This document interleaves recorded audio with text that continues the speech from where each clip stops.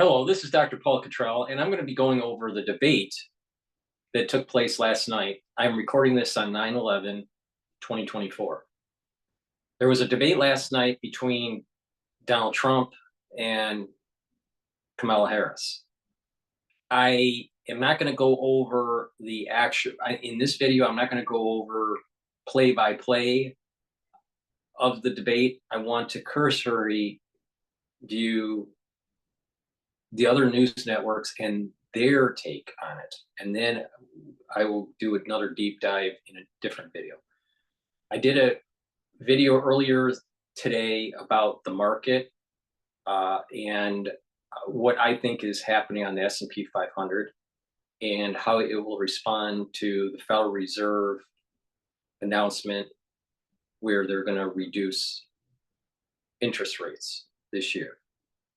All right, so take a look at that video. I believe it's Gen Zero, episode 56, if you want to learn about how the market is going to, in the short run, for this year, potentially happen. All right, in terms of resistance levels and support levels. So with that said, let's go into that. But before we begin, it's really important that you subscribe to all my channels. I have 4 channels on YouTube. I have Brighteon, Bitchute, and Rumble. Please make sure you subscribe to all those channels and also help support my work by donating on my website, the-studio-reykjavik.com. Why? I have thousands of videos for free. It's through your donations and you being a paid member on Patreon that allows me to do these free videos. If you don't donate, they're not free. So please subscribe to my videos and please help support the work. So on my website, the-studio-reykjavik.com, the link is in the description of this video. On the homepage at the very bottom, you can donate through Stripe, PayPal, or buy me a coffee. You can be a paid member on my Patreon channel. Link is in the description of this video for the Patreon channel. Be a paid member. At a higher tier level, you get more benefits. You get different levels of access to some of my medical lectures that I did in pulmonology and immunology. So please go to my store, the-studio-reykjavik.com, and help support the work. Also, make sure that you follow me on X and on GETTR. That way you get announcements. In addition, please ask your social media to follow me so I can reach a larger audience. That way you learn about how the markets are evolving, how the economy is evolving, how to improve your health and navigate through some crises, and what's going on geopolitically. That way you get a kind of a unique perspective. I think I have a unique perspective on things. So please go to my store, the-studio-reykjavik.com, and get the products that I offer and boost up your health. It's really important. For example, I have a structural nano silver that this product is relatively new on my store now. This version now is a 35 ppm. I used to have a 30 ppm.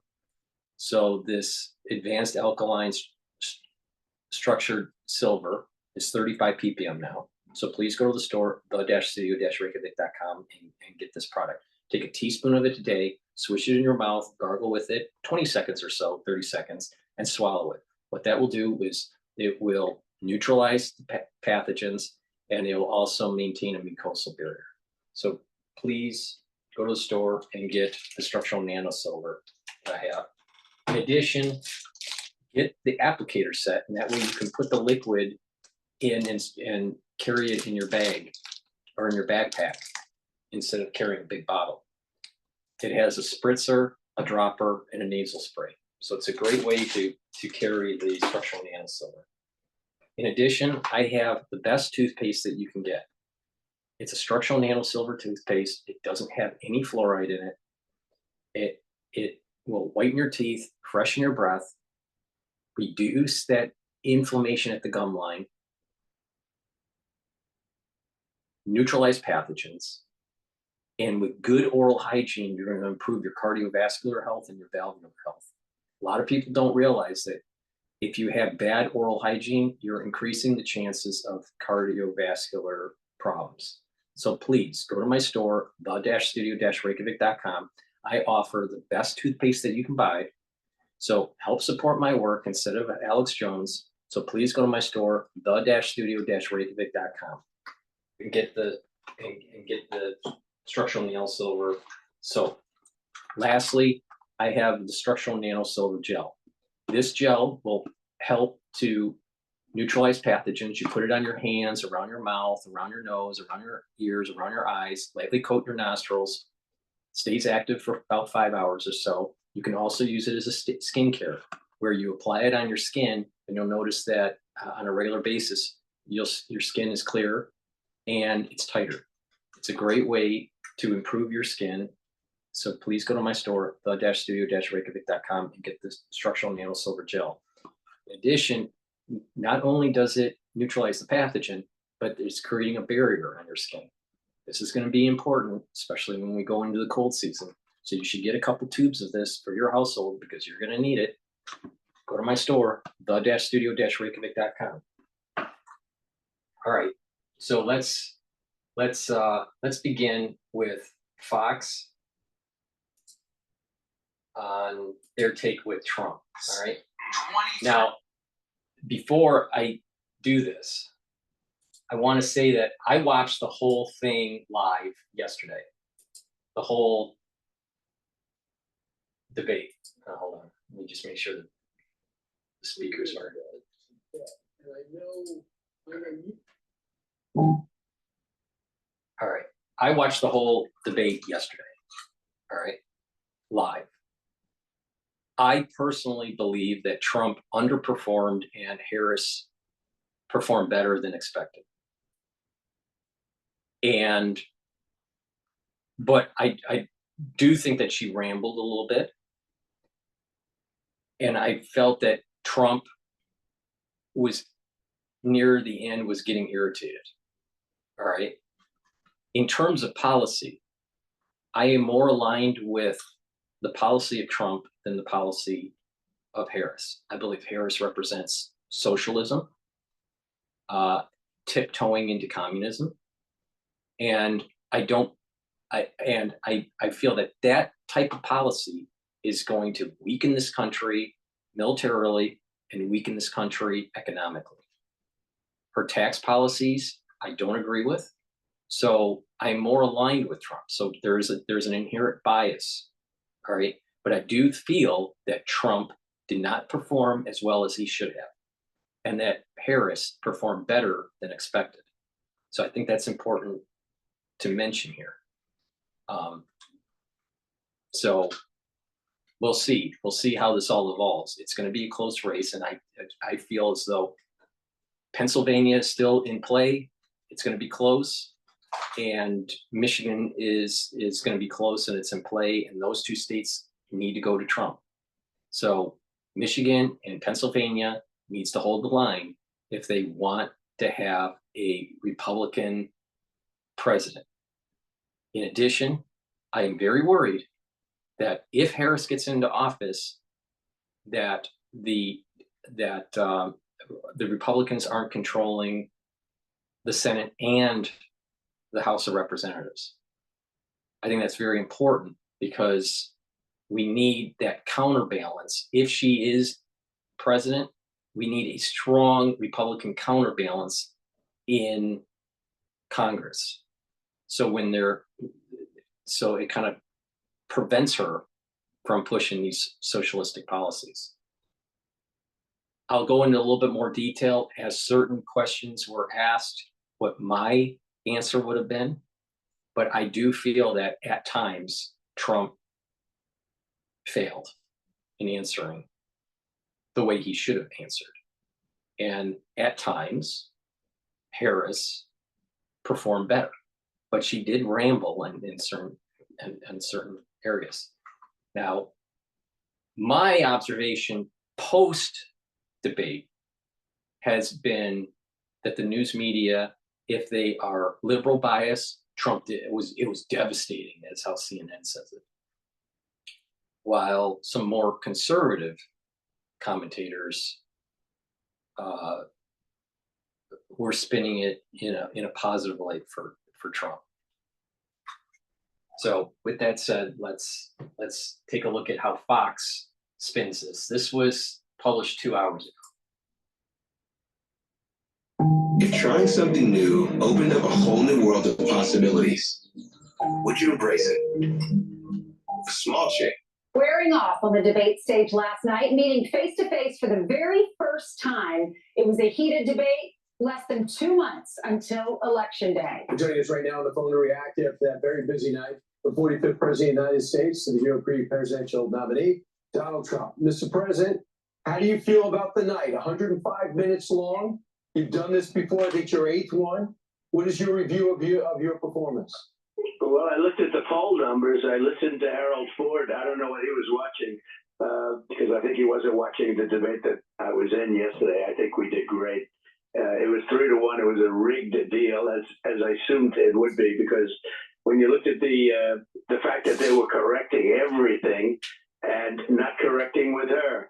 And we knew it when it was 100% good coverage for her over the last month or last year. I looked at it and only bad coverage of me, no matter what.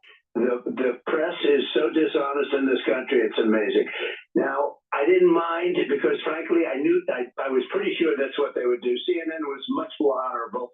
The debate we had with Biden was a much more honorably run debate, but this was incredible. I mean, everything, so many things I said were debunked, totally debunked, like Charlottesville, I have a list of 7 different things, and she could say anything she wanted, everything, every time I spoke, and my stuff was right.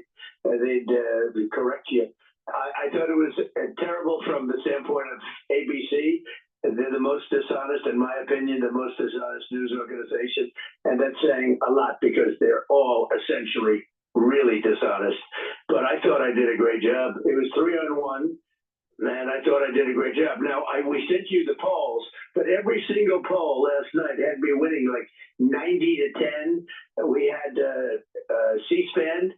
At one point was at 80-20, and I don't know how it finished. I was late last night, so I have no idea, but it was at 80-20. I told that to Brett Baer, and so we sent him a lot of polls, and we sent you a lot of polls this morning.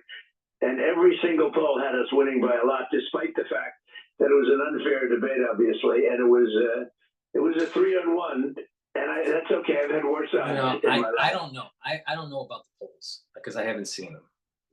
But what I saw was that I didn't feel as though he performed as well as he should have, and that she performed better than expected. I think that's the best way to phrase it. What is interesting is that when you look at all these big polls that were coming out, like the New York Times and whatever, before the debate, it's very tight. It's 49-49, or CNN did an aggregate poll where it took the averages of everything, and they said that Harris was at 47 and Trump was at 45, which I don't believe. But here's the problem. What's the methodology when you're looking at these polls? Is it in the same kind of composition when you're doing the sampling as the Electoral College? Or is it really more representative of the popular vote? Because the popular vote, it's going to be tight either way. It's going to be almost 50-50 split on the popular vote. With the Electoral College, it's totally different if Pennsylvania and Michigan go to a particular candidate. It's radically different. That's why I'm saying that Michigan and Pennsylvania need to hold the line for the Republican Party, or this country, at least at the executive branch, is going to go socialist.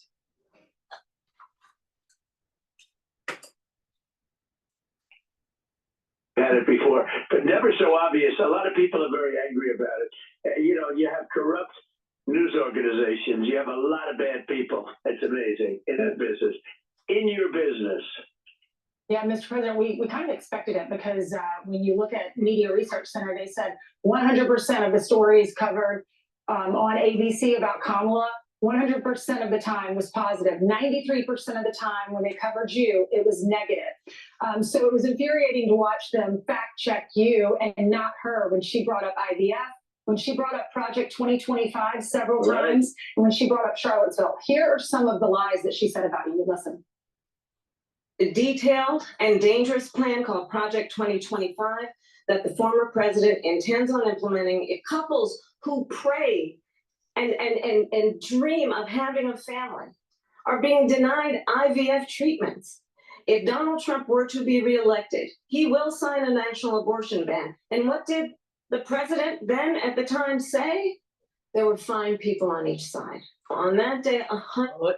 I'm going to do a further video on this, but why did if crotch rights, all right, if reproductive rights were so important to the Democratic Party, why didn't they codify when they had power in Congress and in the executive branch to codify these types of rights at the federal level? Because the legal experts knew they were on shaky foundation in terms of Roe versus Wade. Roe v. Wade. Right? They knew that they were on shaky ground. So when they were in control, when the Democratic Party was in control of Congress and the White House, in control of the Senate, the House of Representatives, and the White House, they could have codified through a bill the federalization of abortion rights. They didn't do it. You know why?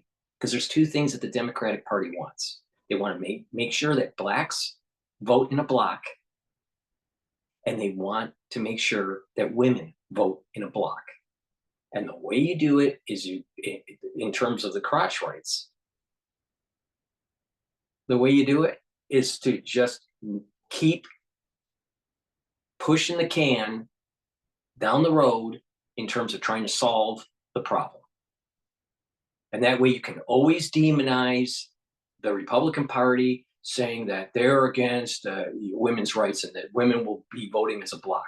Well, you know what, women in the United States, you need to wake up because you're being used by the Democratic Party.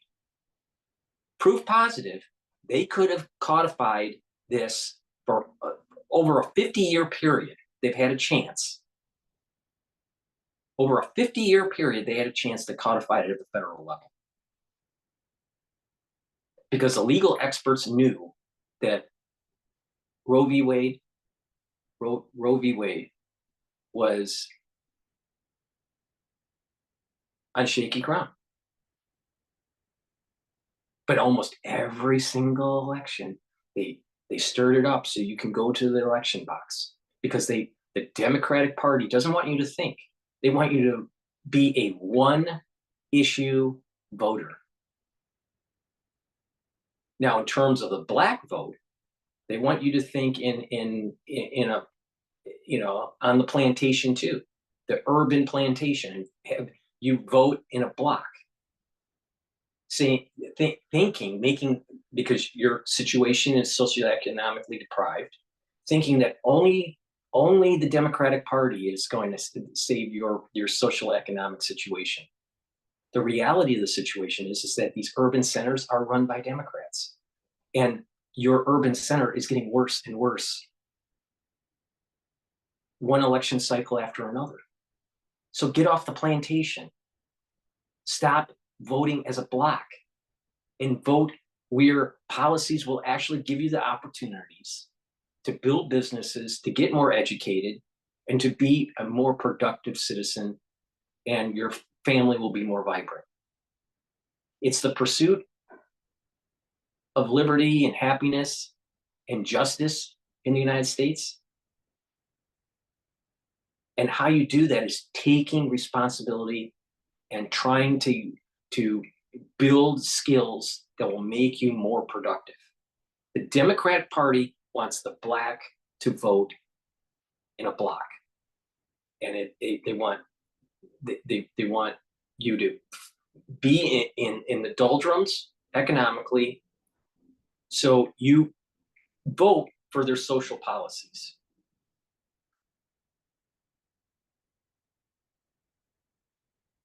Women, they want you to vote as a bloc because they don't want to they don't want to really solve the abortion issue. If you think I'm wrong, maybe you need to take a look at American history for the last 50, 60 years. Blacks have been voting as a bloc for the Democratic Party, not solving your problems. Women have been voting for crotch rights, election after election,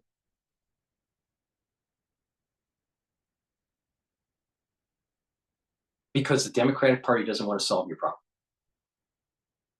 So what happens with Trump, with the Supreme Court, they basically said, this is not a federal issue. This is a state issue. So if you live in a state and you want those things to happen, then pass bills at your state legislature and have them signed by your governor to give you those abortion rights and to codify it in your state. What's wrong with that? Oh, you want it to be at a federal level because they know that it'll never be passed at a federal level. So they'll just keep on kicking the can down the road as an issue. So your women keep on voting in a particular block. The Democratic Party doesn't want to solve your problems because they know that if they solve your problem, you will no longer vote Democrat. That's the big issue. So stop being a one-issue voter.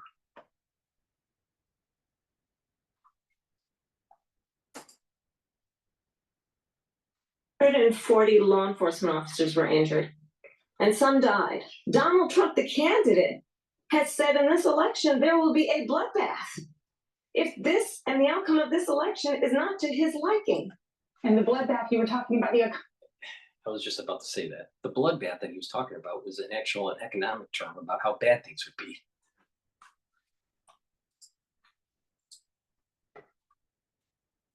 it's a term that's used a lot when people are talking about a bad economy. What's your reaction to why did the moderators correct her? Because they're dishonest, and because I think ABC took a big hit last night. I mean, to be honest, they're a news organization. They have to be licensed to do it. They ought to take away their license for the way they did that. Bloodbath was referring to the economy. Everybody loved the term because as soon as they heard the word, it's sort of a vicious word. But referring to the economy, they have created an economy. Bloodbath was the word that I used.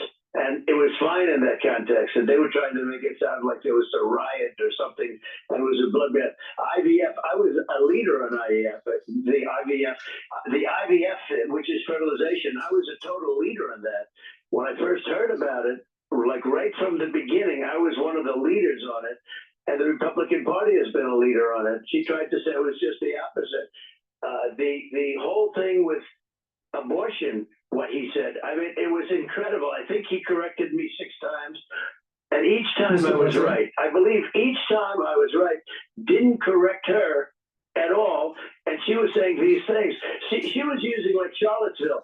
She was using Charlottesville, and everybody, you take a look at Laura Ingraham, she did it incredibly.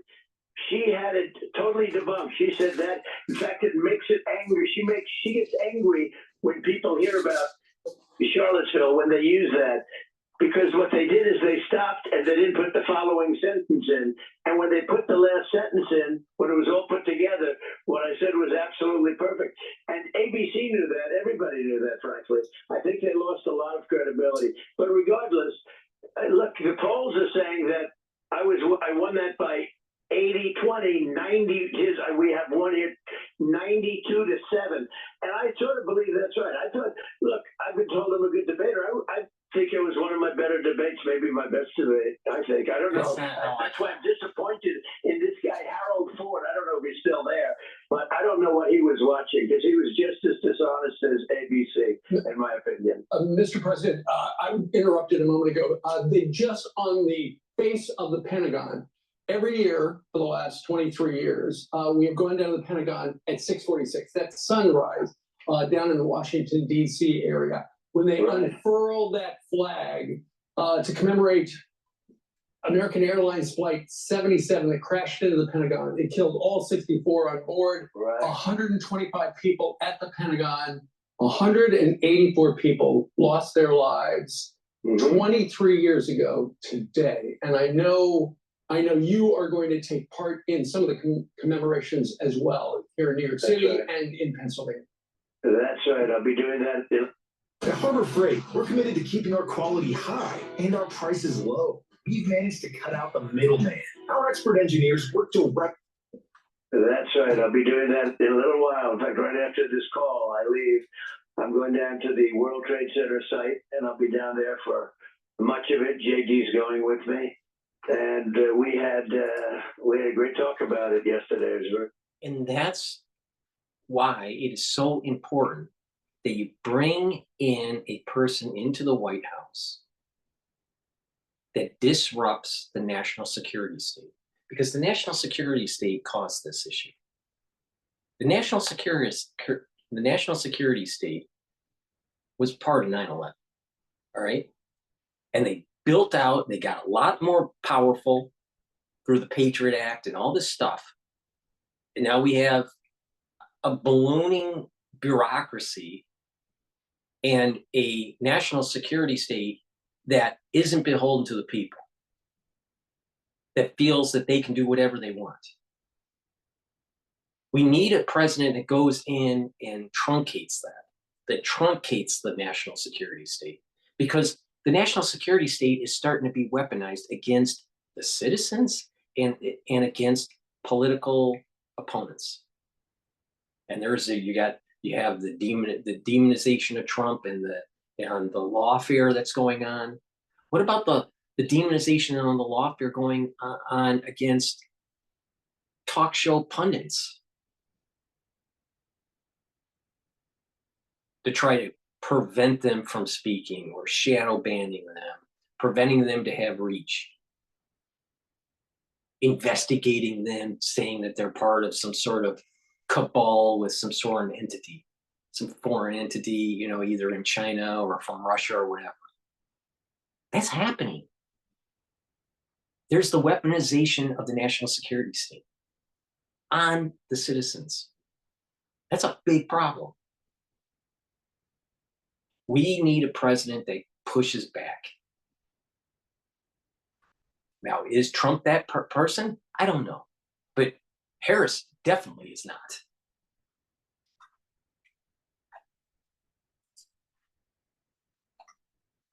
Very sad, the horrible day. Horrible day. There's never been anything like it. Just a horrible day. And then going to Pennsylvania, of course. And so I'm going to be doing both of them. Sometimes I'll do all three. Sometimes it doesn't work out when they're sort of simultaneously done. But we're going to be doing two of them today. So last night, all three planes are there. You got Air Force 2, you got Trump Force 1, J.D. Vance's plane. We're all together. You guys are going to be at the site together. President Biden, I think, will be there. Are you going to say anything to them? Oh, I don't know. I'm not sure. It's, look, everybody should be very angry at how badly they've run this country.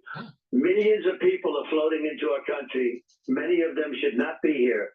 They're criminals, many criminals coming in, many terrorists coming in, people coming, they're emptying their jails into our country. They're emptying, think of it, they're emptying their mental institutions. People that are mentally ill are being dropped into our country. And these two people, and it's both of them, they allow it to happen. What they're doing is terrible. I saw your report yesterday in Ohio, with Springfield, Ohio, and Aurora. If you look at Colorado, Colorado, these thugs from Venezuela and Aurora have taken over. People from Haiti, I guess, have come in illegally, totally coming illegally into our country. Do you think you made that point last night? Ohio. Do you think you made that point last night, that you believe the border is directly affecting all these cities and all these towns? Yes. Oh, I think I made it twice or maybe even three times. In fact, I said, I wonder if I'm saying this too much. How can you say it too much? They've allowed 21 million, I think is the real number, could be more than that, 21, that's bigger than New York State. They've allowed 21 million people to come into our country. Many of these people are criminals. And by the way, those countries are being emptied out of their criminals, and their crime rates are way down. Their prison populations are being dumped into the United States. Their populations in prison are way down. Their mental institutions, their populations are way down. And it's all over the world. It's not just South America. They're coming in from the Congo and Africa. They're coming in from all over the world, the Middle East, Europe, Asia. They're coming in from everywhere, not just South America. And they're coming in at numbers you've never seen. They're literally destroying our country. These people, I have no idea. Or maybe they do. The only reason they can be doing it is because they hate our country. They hate our country. Yeah, I mean, when you compare the border numbers, the terror watch list suspects under you, there were 11, under Kamala Harris, 375. Now, foreign policy did come up at last night's debate. Listen to this soundbite, our audience can listen to this and we'll get your reaction on the other side. If she's president, I believe that Israel will not exist within 2 years from now. Look at what's going on in the Middle East. This would have never happened. I will get that settled and fast, and I'll get the war with Ukraine and Russia ended. If I'm president-elect, I'll get it. When he asked the question, when the moderator was asking the question, I felt that Trump didn't answer the question. Because my recollection was that, what will you do specifically? He had a generic statement or stump speech that he's going to be more forceful in the region, and he's just going to negotiate peace and, and stop the rockets from flowing from Hezbollah and Hamas, right? He didn't go into specifics. I think that was a failed point. I think that was a weakness in his rhetoric.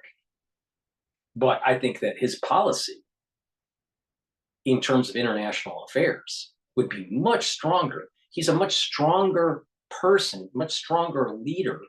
And when you're a strong leader, you're going to be able to negotiate things that weak leaders can't negotiate. But he didn't say it that way. And so, unfortunately, on the average, Americans have an IQ of 98. All right? That's a problem. Now, there's many reasons why this is happening. The food, not paying attention to the education, too much bread and circus, too much screen time. Smartphones actually make you stupid. Fluoride in the water makes you stupid. All right? Not enough people reading. That's an issue.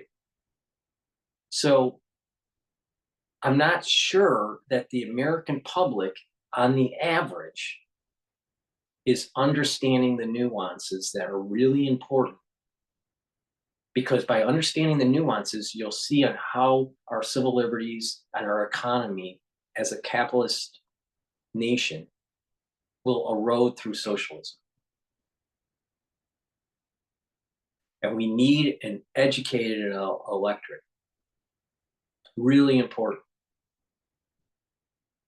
But unfortunately, to fix this problem that the United States has, you're talking about focusing on the younger generation so when they come up to adulthood and start becoming productive citizens, hopefully, that will have a much stronger nation.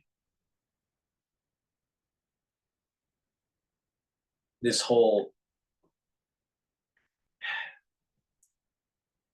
average American is a dumbass. And until we admit to the problem, we can't fix it.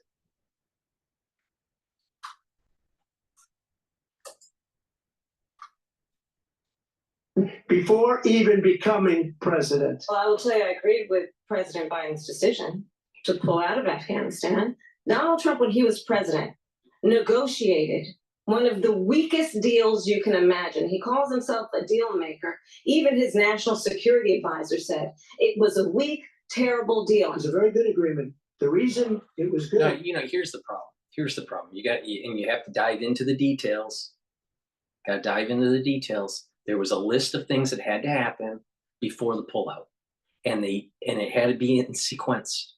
They didn't follow the sequence. Therefore, it was a disaster. Trump had a sequence of events that had to take place for withdrawal from Afghanistan. Biden administration cut corners. That's why it happened. All right. The people that are going against Trump in terms of a weak deal is the national security state that wanted never-ending war. See, this is what I mean by Trump is potentially the person that can truncate this national security state issue that we have. That's been warned by JFK, warned by Truman, warned by Eisenhower, even warned by Nixon, even though we know the problems with Nixon. You had other presidents that were educated, that were knowledgeable, that saw a major problem with the national security state. So when someone says, your military advisors say blah, blah, blah, most of them don't win wars, can't win wars, make bad decisions, and are part of an apparatus that needs to be truncated.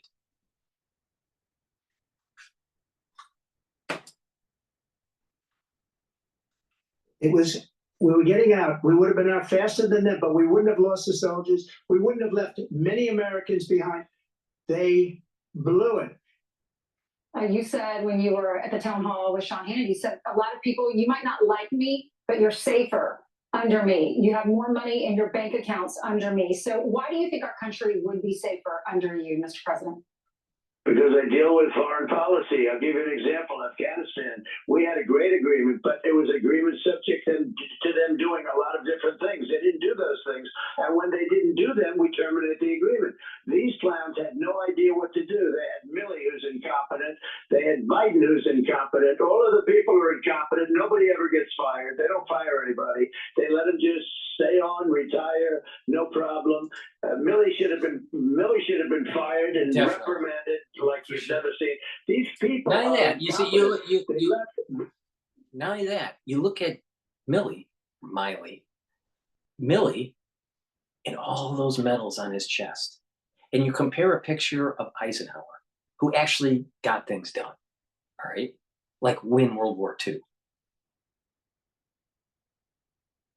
The accomplishments of Eisenhower versus Milley are a night and day difference.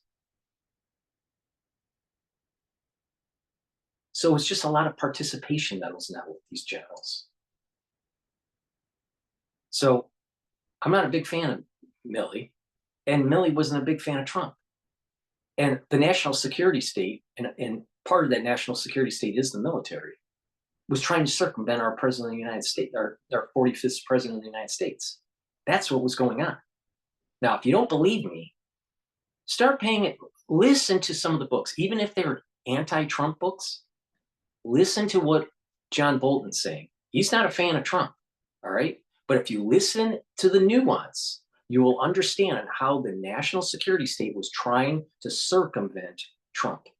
Read Pompeo's book. Read John Bolton's book. Read Kushner's book.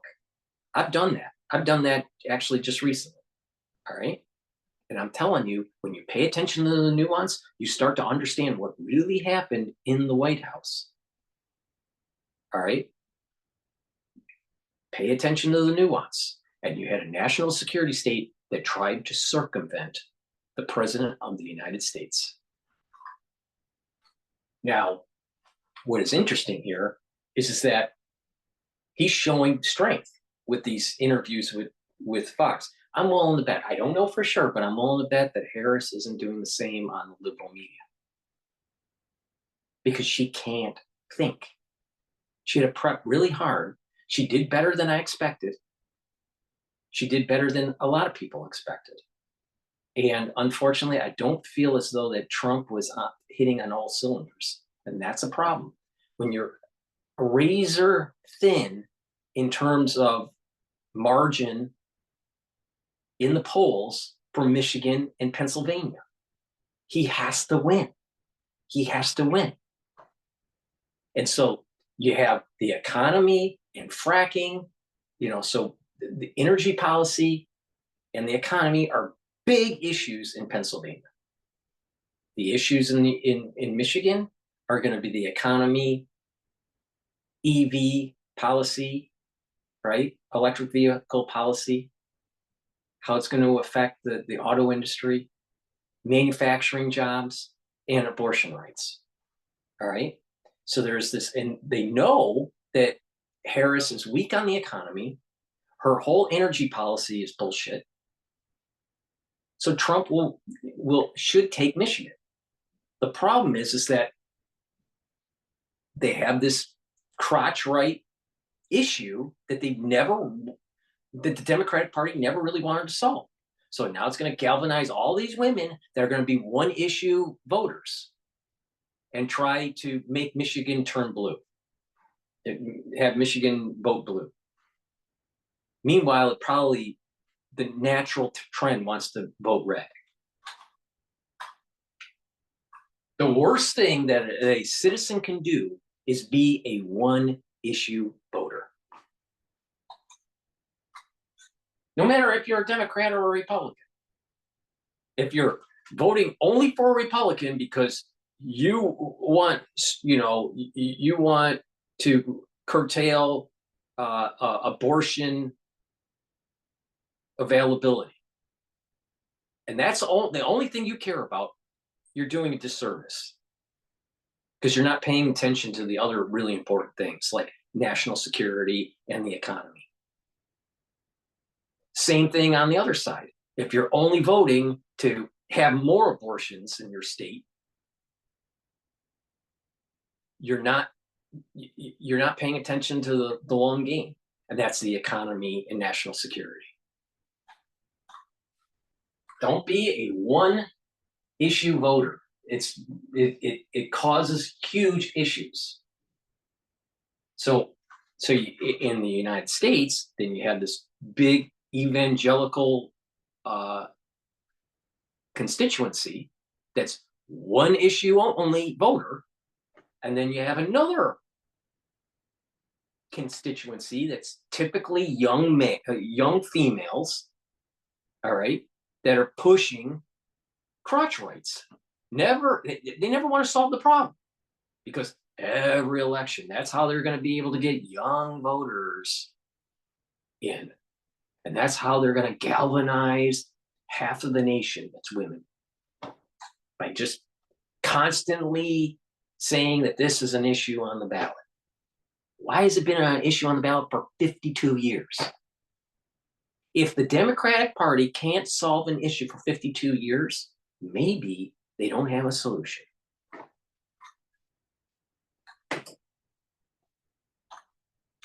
Millions of dollars worth of equipment behind, yet 13 dead soldiers.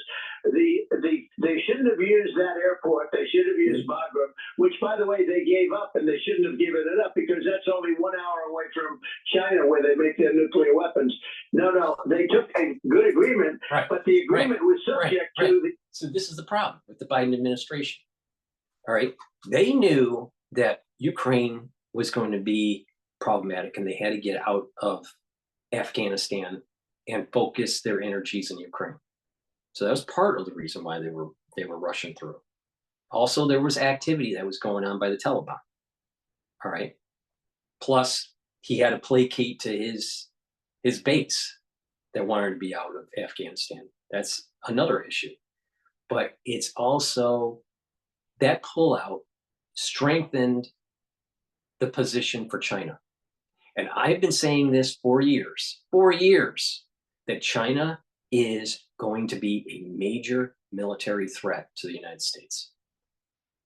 And it's really important to have a multi-front approach with China. That means an eastern front through the Pacific, a southern front through India, a western front from the Middle East, and a northern front from Russia. I've been saying that for years. That Biden's just threw away the Western Front.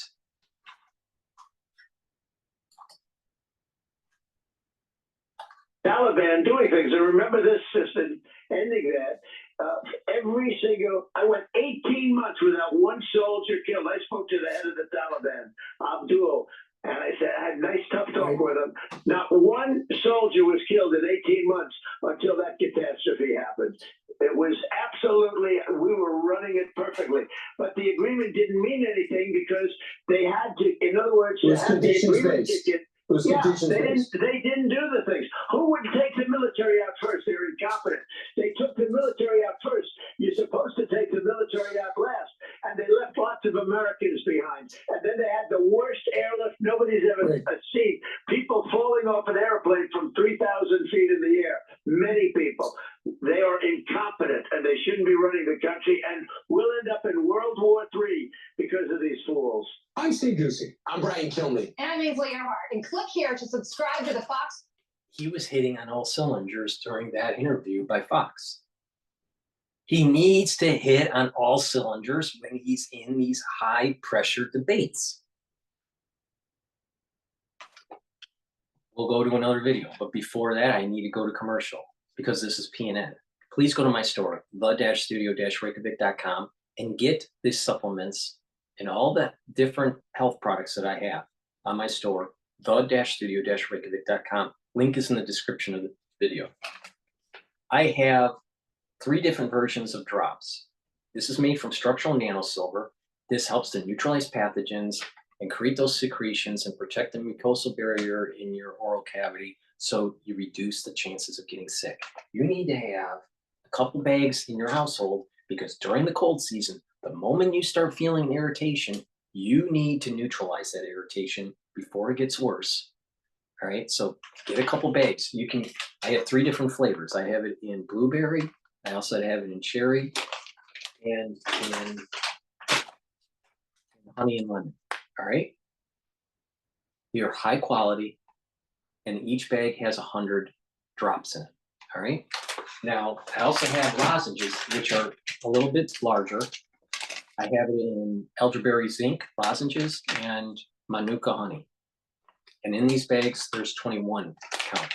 So please go to my store, the-studio-reykjavik.com, and get a couple bags of the lozenges or the drops, a couple bags for your household, because you're going to need this during the cold season and neutralize that pathogen and maintain that mucosal barrier. Really important. Same thing, you know what? A lot of chemtrail spraying is happening in the United States. That's a fact. All right. They're trying to do geoengineering in the stratosphere and the atmosphere at different levels. And they're doing these experiments. All right. That's been admitted. All right. Now, they're probably doing a lot of other things that they're not admitted to. But the thing is that the issue is that they're spraying stuff in our air. And there's going to be more people getting throat irritations. Really important to neutralize those throat irritations, because if you start to feel something, a problem, all right, it could be a pathogen, it could be an irritant, it could be an antigen of some sort. But by having the lozenges or the drops, you're neutralizing the pathogen and you're creating the secretions around that irritant to prevent further inflammation in your epithelial lining. If you neutralize it early, you're reducing the chances of having problems. That's why I keep on saying, the moment you have some sort of irritation in your throat because of a cold or the spraying of stuff in your atmosphere or around your, around your community, it's really important to take these structural nanosilver lozenges to neutralize it. All right? And that way you're maintaining the mucosal barrier. Because if your mucosal barrier is weakened and inflamed, you have higher probability of getting sick. Very simple. So go to the store and get a couple bags of these. So the moment you have an irritation from it, you can neutralize the problem. And you can trust me or not, I don't really care. The damn thing works. So please go to my store, the-studio-reykjavik.com. All right, and get the lozenges and get the drops. In addition, because there's lots of chemicals in your water, in your food, there are forever chemicals on your clothing, And in the air that we breathe, there's the chemtrails, there's the bug spraying that just recently happened with the mosquitoes. There's chemtrails and, you know, poisons in our modern day world. We need to detoxify our body. Go to my store, the-studio-reykjavik.com, and get the zeolite. Zeolite removes heavy metals and chemicals and toxins out of your body. You just put a few drops underneath your tongue, drink it with water, and you do this on a daily basis, and it's gonna soak up those toxins, chemicals, and heavy metals. How does it work? Zeolite is a negatively charged molecule. It will soak up the positively charged molecules, these toxins, right, and heavy metals, and you will urinate it out in 6 to 8 hours. So this is a way to detoxify your body. It's really important to detoxify your body. We have these forever chemicals because of the plastics and the water repellents and all this stuff that's in our daily life that we breathe in and we ingest through water and through our foods. Stop by filtering your water so you can get those forever chemicals out and get those heavy metals out, and stop eating processed foods. Eat more healthier foods, all right? When you do that, you're stopping the ingestion phase of this. Then the next part is to detox. So you detox by using zeolite. Again, zeolite is a negatively charged molecule that will soak up positively charged toxins, chemicals, heavy metals, and you will urinate it out in 6 to 8 hours. Really important. Put the drops underneath your tongue. Take some water, filtered water, all right? Really important. Now, if you're on medication, you need to talk to your doctor before you take zeolite, because some of your medication, when it gets metabolized, may turn into a positively charged molecule, and zeolite may think that that's actually a toxin and try to neutralize it and urinate it out quicker. That means that your dosage would go down because the zeolite is neutralizing it. So you need to talk to your doctor before you take zeolite if you're on medication. But if you're not on medication, take the zeolite on a regular basis and detoxify your body. There's lots of chemicals that are in our bloodstream and in our tissues, especially PFAS and PFOS. There are heavy metals, and there are these chemicals that we're breathing in and ingesting because of a bad air supply, food supply, and water supply. It's really important. So please go to the store, the-studio-reykjavik.com, and get the zeolite. All right. Let's see what they have to say. The sales CRM that keeps you on track. Pipedrive, driving business growth. Hunter Douglas dealers will help you find the perfect shade for every room in your home. The United States Congress, including some of the most conservative members of the United States Senate, came up with a border security bill, which I supported. And that bill would have put 1,500 more border agents on the border. Donald Trump got on the phone, called up some folks in Congress and said, you don't need a new bill. Just follow the fucking law. Coming over the border illegally is illegal. We have plenty of border patrol officers there, and you need to be more forceful with the countries that are sending their illegal immigrants here. And you need to use our Justice Department and start investigating the NGOs that are forcing this on our borders, such as investigating George Soros. But George Soros's open society conglomerate, philanthropic conglomerate, isn't the only issue. That's how you solve the problem. And you finish building the wall.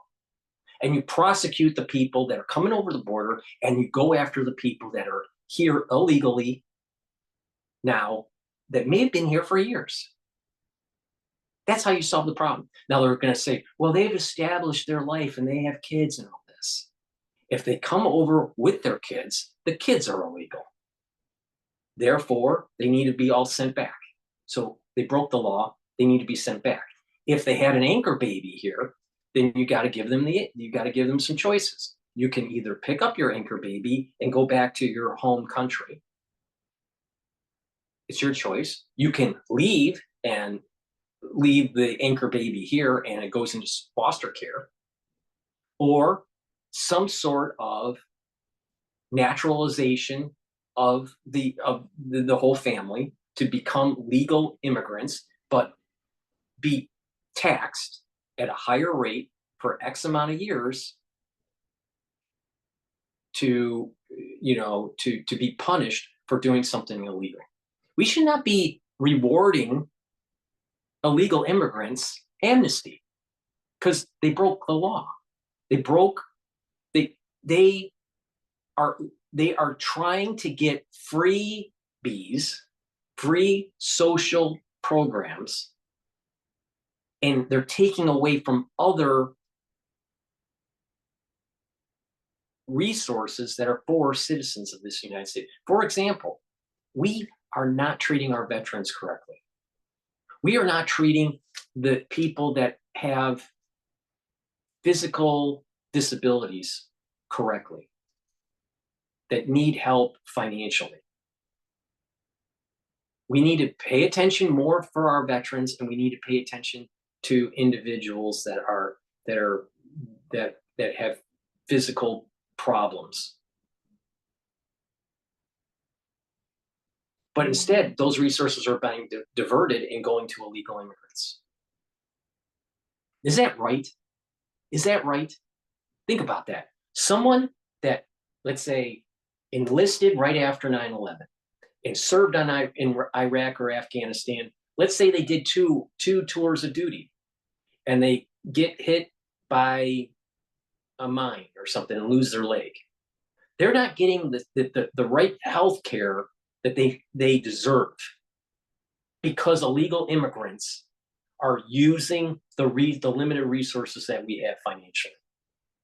That's wrong. That's just wrong.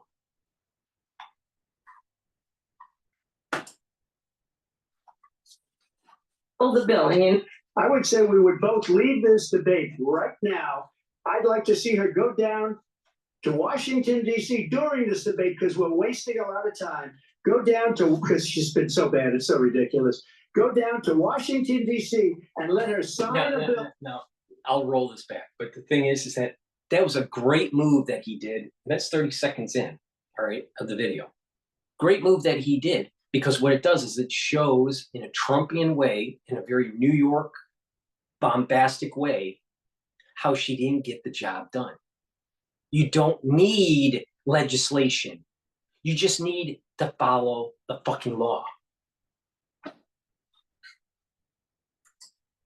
But they're afraid because of their constituents. Close up the border because they have the right to do it. They don't need bills. They have the right to do it. The president of the United States, you'll get him out of bed. You'll wake them up at 4 o'clock in the afternoon. You'll say, come on down to the office. Let's sign a bill. That was former President Donald Trump and Vice President Kamala Harris sparring over the border crisis during the ABC News presidential debate last night. Joining me now, Louisiana Congressman and Speaker of the House, Mike Johnson. Speaker, good morning to you. And first, your reaction to the debate last night. Well, I'll tell you what, President Donald Trump is the reigning presidential debate champion. And even though the contest was 3-1 last night, he clearly prevailed. I looked at 7 or 8 polls this morning, viewer polls. I mean, Newsmax had him winning 93-6. C-SPAN had him 65-35 as the victor. The Daily Caller says it was 73-9, something like 73-8. They gave 19 points to the moderators because they were so lost. Monday.com allows you to run any type of operation, even if it's mermaid migration. Automate workflows, track progress, and get things done. Monday.com, or whatever you run. Points to the moderators because they were so lopsided for the other side, fact-checking only Trump and allowing her to escape through that. This is what stuck out to me, Cheryl. Kamala Harris has not done any real debates. Obviously, she hasn't done any interviews since she was coronated as the queen here, and she had 50 days to memorize her lines. So she went out last night and delivered the lines as if she was an actor in a play. But that's the thing; it's an act. It was phony. She lied about her record. She lied about President Trump's record, and she got away with it. The thing that people appreciate so much about President Trump is his authenticity. He's real. It comes from the heart. He did expose so many of her policy failures, but he needed 5 hours to unfurl them. That's the problem. She's trying to pretend that she's somebody totally different than we know that she is, and her entire record shows. And it's a farce. They're running a campaign on a fantasy instead of facts. But I'm telling you what, the people are going to vote on record over rhetoric. We're going to win this election. Well, and there was certainly a lot of questions about the economy. I don't know. I do not put that much faith in the intelligence level of the average American, because the data is showing that they have less than 100 IQ. They average at 98. Now, there's lots of reasons for that. That's the food problem. That's the toxin problem. That's the educational issues, not paying attention during the formative years. It's the drug abuse. It's the lack of exercise. It's the bread and circus. It's lack of really diving in intellectually as an adult. The average American, I don't trust. I don't trust the average American making the right decision. So if Trump can't hit on all cylinders, then the average American will have a tendency to be hoodwinked by the Democratic Party. The Democratic Party needs you to be stupid. So you will vote in line with their policies.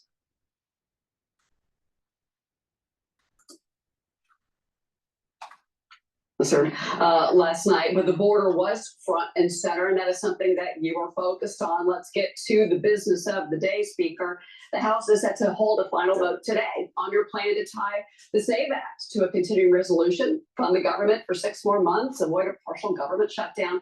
2 House GOP lawmakers voted against that procedural hurdle yesterday to advance the bill. You've got this slim 4-seat majority right now. Republicans likely need the help of Democrats to get this passed today. I want to ask you about that. If it does pass, it would help secure the upcoming election by preventing non-citizens from voting. But here's what Senate Majority Leader Chuck Schumer had to say about it yesterday. To you, watch. The House should stop wasting time on a partisan CR that's going nowhere and work in a bipartisan way to get this done. We're ready to sit down with them and discuss a bipartisan bill.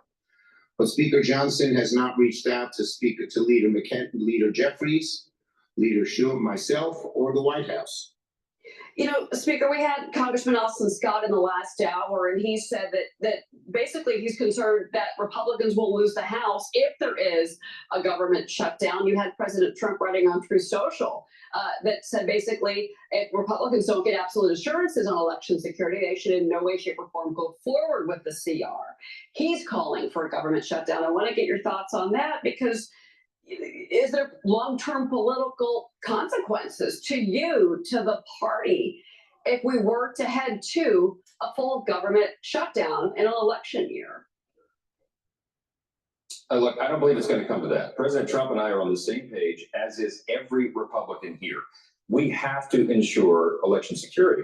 I've been traveling the country nonstop, Cheryl. For the last 8 months, I've done campaign events in 198 cities across 39 states. It does not matter where I am, blue state, swing district, it doesn't matter. The first or second question in every single audience from every single question is about election security. People are deeply concerned about this because of all the madness that happened in 2020 and what they've seen roll out on the news. And now we know for a fact, non-citizens are registered to vote in so many states around the country. We have to solve this problem. The last train leaving the state. Non-citizen, this is the problem with illegal immigration. All right. You don't know if there's impropriety that's going on in our election cycle. Now, how legit is the vote? Just by the roster, let alone what's going on with the machines and ballot stuffing. It's just wrong. But it's propagated because the American citizen is too stupid to do anything about it. Please go to my store, the-studio-reykjavik.com, and don't be an idiot. Get my vitamin C. It helps to boost up your immune system and also helps with your skin. So go to my store, the-studio-reykjavik.com. You're going to need this. You're going into the cold season. If you're not feeling well, take a double dose. Drink it with water. Multivitamin, easy to digest. This is a high quality vitamin. You should be taking a multivitamin every day. Why? Because they're cofactors for enzymatic activity. So you have proper cellular and tissue metabolism and activity. All right. So please go to my store, the-studio-reykjavik.com, and get this great multivitamin. Lastly, omega-3, really important to help with your cardiovascular health. It'll bring down LDL levels, increase your HDL levels, and it will help to prevent the stickiness of your red blood cells. So please go to my store, take the omega-3, should be taking this every day for proper cardiovascular health.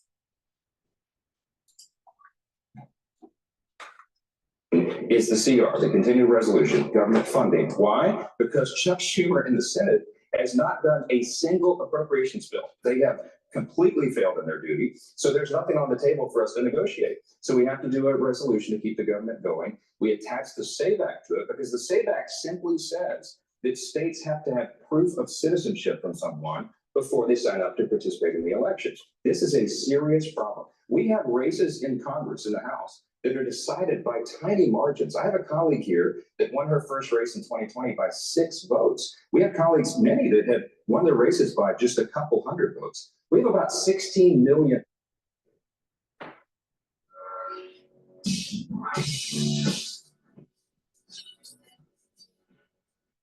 Votes. We have about 16 million illegals who have come across that border since border czar Harris opened it up with Joe Biden. If just a small percentage of them participate in this election, they can throw House races, they can upset the majority here, they might even determine the outcome of the presidential. This is real, serious, present danger, and we have an obligation to do everything we possibly can to secure that election. We owe it to the American people. 2 quick things here that you mentioned. So first off, I'm curious, if the SAVE Act were, if this were to pass, if the Senate were to pass it, which Schumer says they won't, but if it did, could you even put these rules in place before November? That's question number 1. Question number 2 is, do you have a fallback plan if indeed the Senate does block this? Well, look, Chuck Schumer needs to be serious and honest with the American people. I'd love to sit down with Chuck Schumer. We should debate the SAVE Act. In fact, I'd love to have him on a national debate to do that, but he won't, because they have no way to explain why they would want to allow illegals to participate in the election. But that's what the open border has been about the entire time. We know that this is going on and we have to stop it. We're not talking about contingency plans. We're in this to win it. We're in it to deliver for the American people. The American people demand and deserve we have a fair election. This is the point that I was making with the Democrats voting only one issue, the crotch rights issue, the abortion rights issue, and not paying attention to the integrity of our elections because of the illegal immigration that's taking place. So by not paying attention to the illegal immigration issue, not paying attention to building the wall,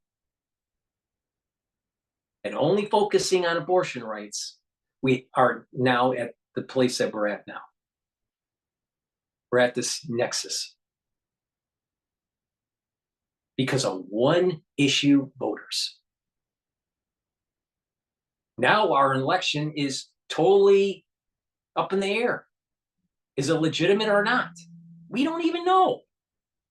We can't even definitively say that our elections are not fraudulent because of these crazy things that are going on with the illegal immigration. Because of one issue voters.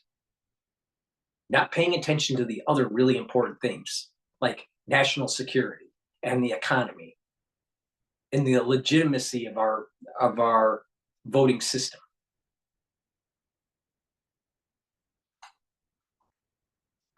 People need to wake up, get engaged, and make the country more prosperous. And all the bread and circus isn't helping.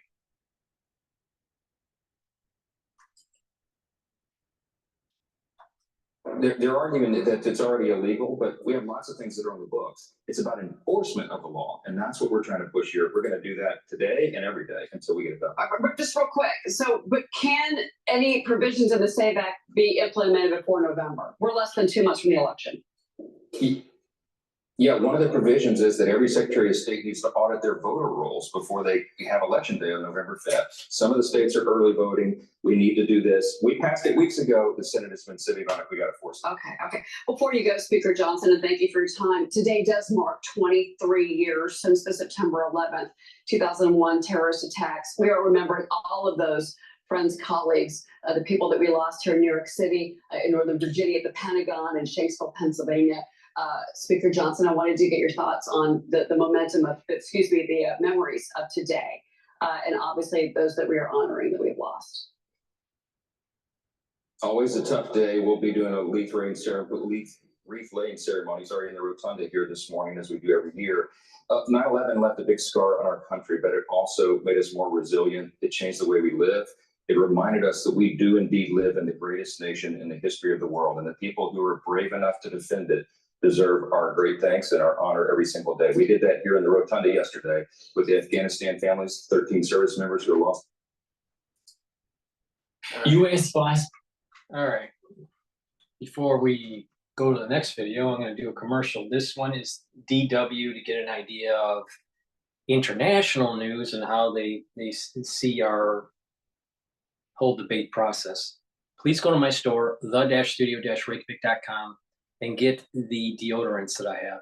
I have citrus, and I also have peppermint, lavender, and tea tree. These deodorants are for males and females. It's made from essential oils from the Himalayas.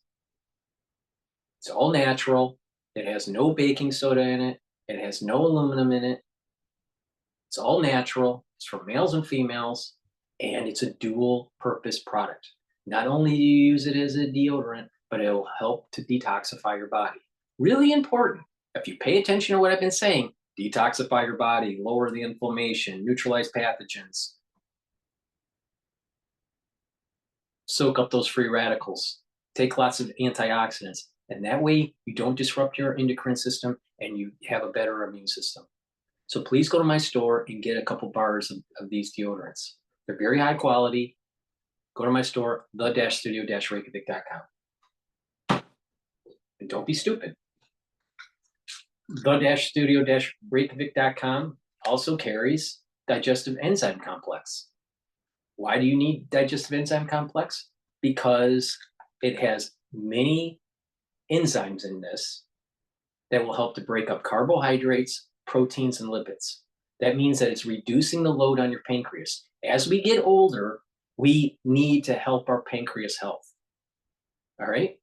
And that way you're digesting your food better and you're going to be able to absorb it better and put less stress on your pancreas. If you work out, if you're an athlete and you need to refuel for your body for recovery, take the digestive enzyme complex that help for that refueling process.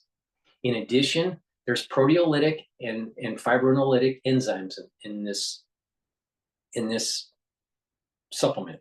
Bromelain is a fibrinolytic compound that helps to break up clots. Really important.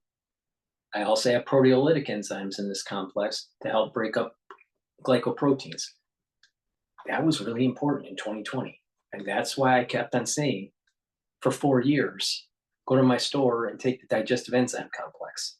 So please go to the store, get the digestive enzyme complex and help with your pancreatic health.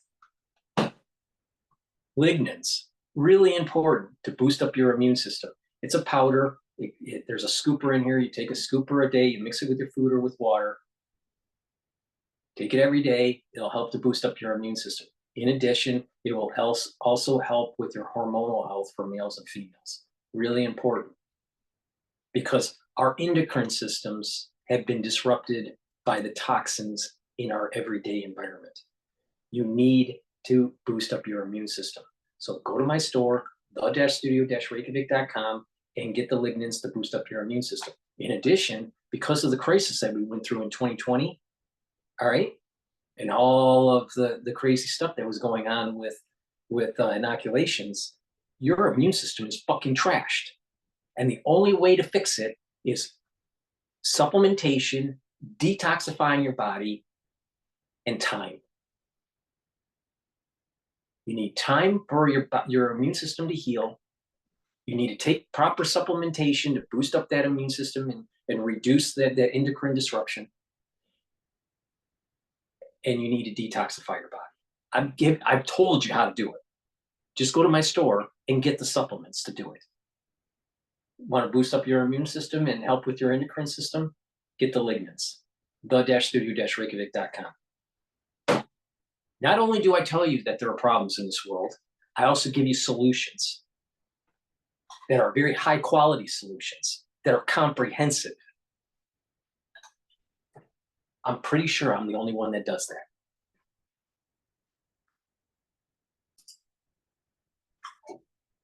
President Kamala Harris and former President Donald Trump have held their only planned debate of this year's presidential campaign.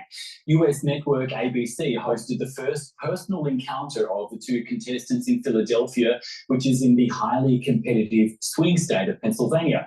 We'll go to Washington for analysis in just a moment, but first, here's Donald Trump attacking Kamala Harris on migration by repeating an unproved allegation about irregular migrants. In Springfield, they're eating the dogs, the people that came in. They're eating the cats. They're eating the pets of the people that live there. And this is what's happening in our country. And it's a shame.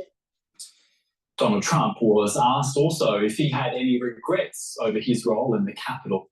J.D. Vance was interviewed on CNN after the debate, all right? And he said that secondary and primary individuals that are tied to this whole thing, saying that they saw it, all right, where certain pets are missing in the environment and that are being slaughtered, all right?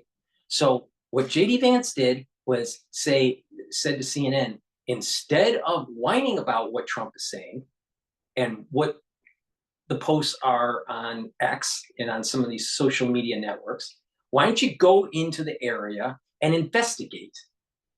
Because it seems like it's a problem. But there's a bigger issue here. And that is, not only do you have illegal immigration, but you bring in a culture that is not copacetic with American values. All right? They need to naturalize to a new culture. We, the American people, don't need to naturalize to the culture of the immigrant. The immigrant naturalizes to the culture of that they're immigrating to. That's one issue. Independent of if they're eating cats or dogs, don't really care. All right. The other issue, because they're not naturalizing, it's a problem. They need to assimilate to the culture that they're moving towards. They shouldn't be doing it illegally, that's for sure. But there's another issue, and that is socialism leads to poverty, and poverty leads to unethical things. That's the bigger issue. And Harris represents socialism and communism.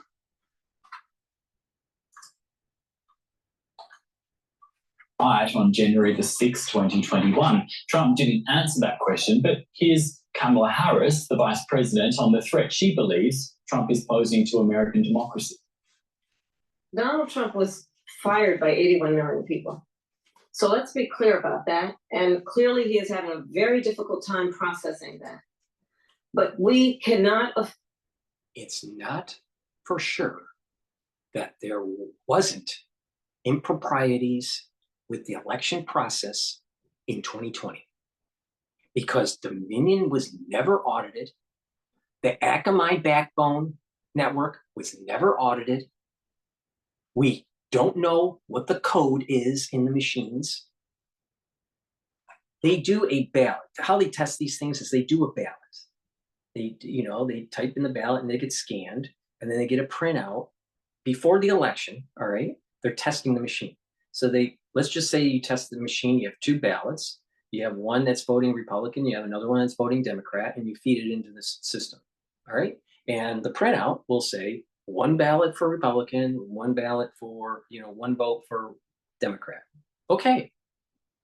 How do you know there's not a timer in the code? Because the machine knows when the election is going to take place.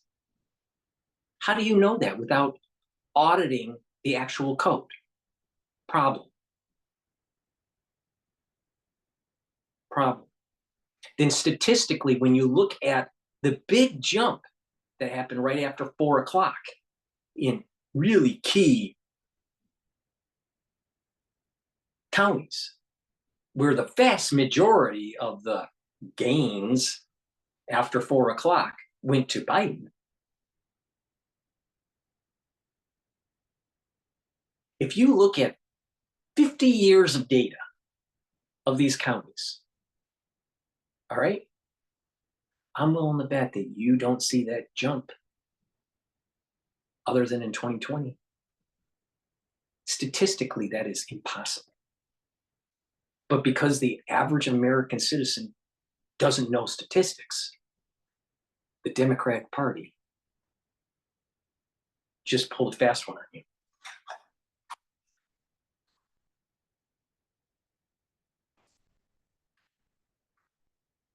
To have a president of the United States who attempts, as he did in the past, to upend the will of the voters in a free and fair election. Well, a lot to unpack here. Wait. Are you saying that there was election interference? Kamala? What about election interference by the FBI hiding the Hunter Biden laptop? What about the election interference with a fake dossier during the 2016 election? And the constant investigation on Trump and his close staff during his first term in office. Meanwhile, it was proven that it was all fake. That was election interference. The Democratic Party did election interference. Then fast forward to the crazy stuff that was going on with Biden, with the pay-to-play stuff. What about the Clintons and the pay-to-play stuff that was going on? They were on the take. Big problem. Big problem.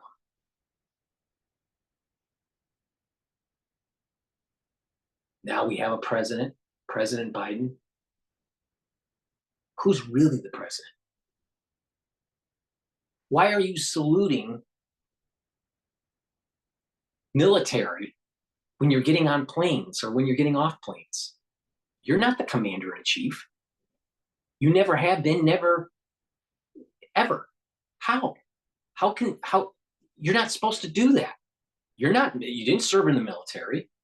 You're not an active military person. You're not the commander-in-chief. You don't salute.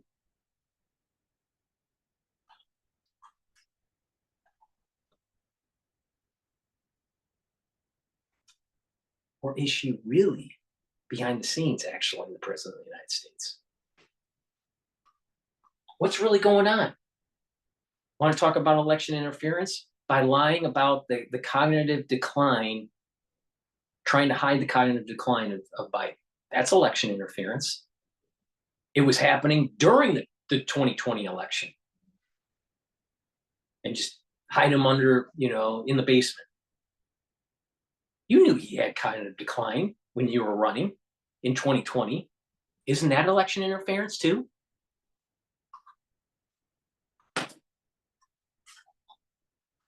News Washington Bureau Chief Ines Poll. She's been following the debate. Ines, a very fiery and fierce debate, both accusing each other of lying.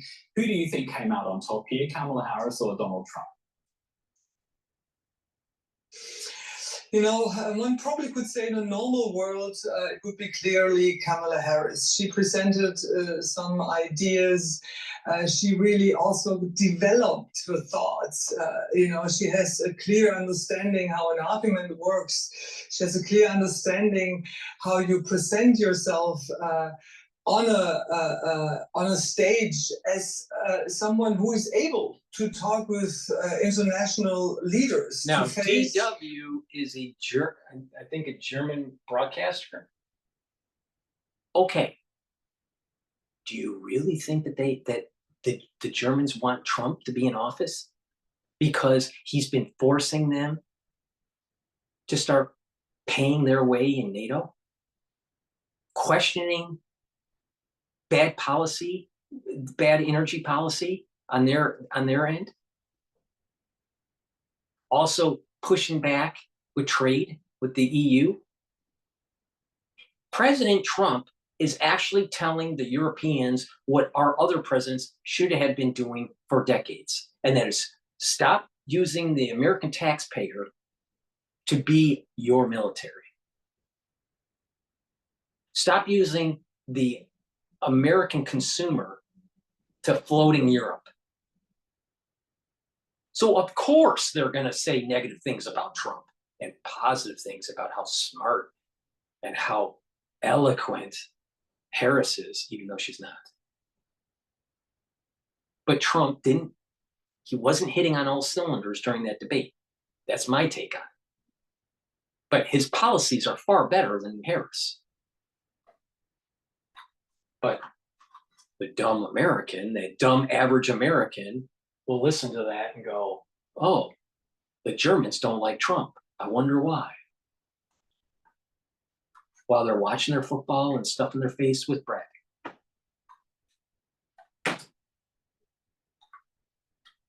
People like Vladimir Putin or Xi Jinping, or also within the United States, to conduct a dialogue in critical situations, all skills one would think the president of the United States should have. But here, in this time, in this year, 2024, it's different.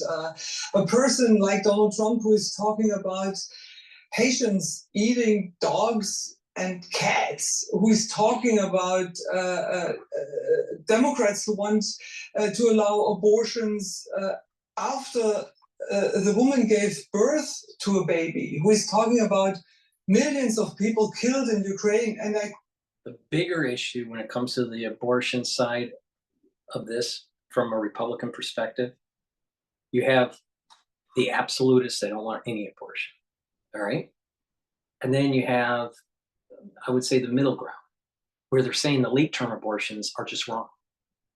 Now, if they say rape, incest, this kind of thing, why would you go full term for that? All right. So you probably would get rid of it early on in the pregnancy. So you wouldn't be doing late-term abortions in those cases. Now, in terms of deformity, then I think it's the parents need to make a decision. Do they want to take the child to full term or not? All right. Or terminate the pregnancy because of some sort of problem with the health of the child, the deformity of the child, or the health of the mother, right? So that would be okayed in a late-term abortion, all right? But late-term abortions because of economics or because of some other reason other than deformity, problems with the health of the child, problems with the health of the mother, late-term abortions aren't okay. That's not okay. And you had some constituencies in the United States taking this all the way to full term, at birth abortions. All right, that's a problem. Now, is it across the country that way? No. But you had legislatures that it's on YouTube talking about this. I think New York was one of them. I thought Massachusetts was another. But I may be wrong with the states. But the problem is that you had some areas of the country that were talking about this. Not all of them, but birth abortions, late-term abortions, other than extreme, situation, I think are just wrong. Just wrong, right? If there is a deformity, or if there is a defect genetically that they find out later in the last trimester, and the parents don't want to deal with that issue, I think the parents should have the right to do a late-term abortion. So there are some provisions. But late-term abortions, for whatever reason, And this is where the nuance comes in. And this is why you need to have an electorate that is smart to be able to deal with the nuance.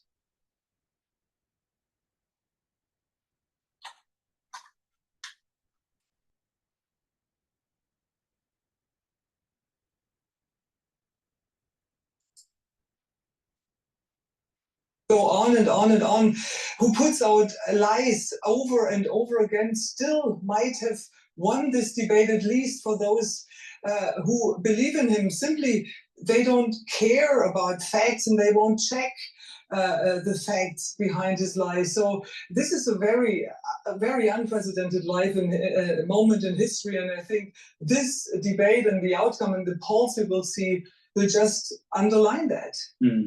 Ines, I want to talk a little bit more about performance here. Now, if we cast our minds back a couple of weeks, observers criticised Kamala Harris for failing to make a strong impression in her CNN interview after her, I guess, victorious appearances at the Democratic convention. In this debate, she was asked about her record and changes in policy on things like fracking and on border control. How much was she able to stand up to this criticism? Yeah, she really can. And how are the numbers looking? We're landing at a strong 70. Ooh, SPF. Thanks to JetBlue Affairs, Kayla's. Yeah, she really came a long way if you think about not only her CNN interview some days ago, but also when you think about former debates she delivered like many, many years ago. And we must not forget Donald Trump is a total professional. You know, he was running this TV show for 13 years, The Apprentices. So he's a pro, and she had to stand up to him, and she did well. And she also kind of used a very common trick from politicians. When they get asked about something they feel uncomfortable with, they just change the topic or not answer the questions. That's for example what she did when it came to migration, which is a really weak spot of hers, as she was responsible for the migration politics of the Biden-Harris government. She just kind of turned the page, and the tags Donald Trump managed to talk about the crowd sizes of his rallies, and he took that bait. Instead of nailing her down on migration issues, he jumped on that. So in that regard, she performed very professional as a politician. And I mean, these debates are also really tests for the American audience if the candidate would be able to hold up in dicey situations with other world leaders. And I think in that regard, she performed really very well. Ines, I guess underlying this debate and something that would be of interest to our audiences as well is the focus on not only the war in Gaza, but also the war in Ukraine. Could you just summarize for us how these two conflicts featured in this debate between Kamala Harris and Donald Trump? Yeah, Donald Trump gives his standard answer, or gave his standard answer. He always says, if I would have been in the White House, the war in Ukraine would have never started. Putin would have never dared to invade Ukraine. He also says that when it comes to the Hamas attack in Israel. But Trump kind of refused to really answer the question if he would sacrifice territory, Ukrainian territory, for a peace deal. He just said, when I'm in office, even before, if I'm elected, even before I will be president, the war will be over. Kamala Harris, on the other side, reminded the audience that she's really a professional when it comes to international affairs. She met Volodymyr Zelensky only days before the invasion at the Munich Security Conference, by the way, and talked with him. And she's an empty suit for the national security state, and that's why she's being promoted on CNN. That is a fact. She's not strong in international affairs. Who do you think is going to be eating whose lunch? Kamala Harris or Putin? I mean, get real. She can't even be stabilized in her own with her own voters on the Palestinian-Israeli conflict. It's total horseshit what this woman's saying. And I don't even know if she's a woman. I mean, this is the problem with the fucking Germans. Some of these women, it's just like, what the hell is wrong with your genetics?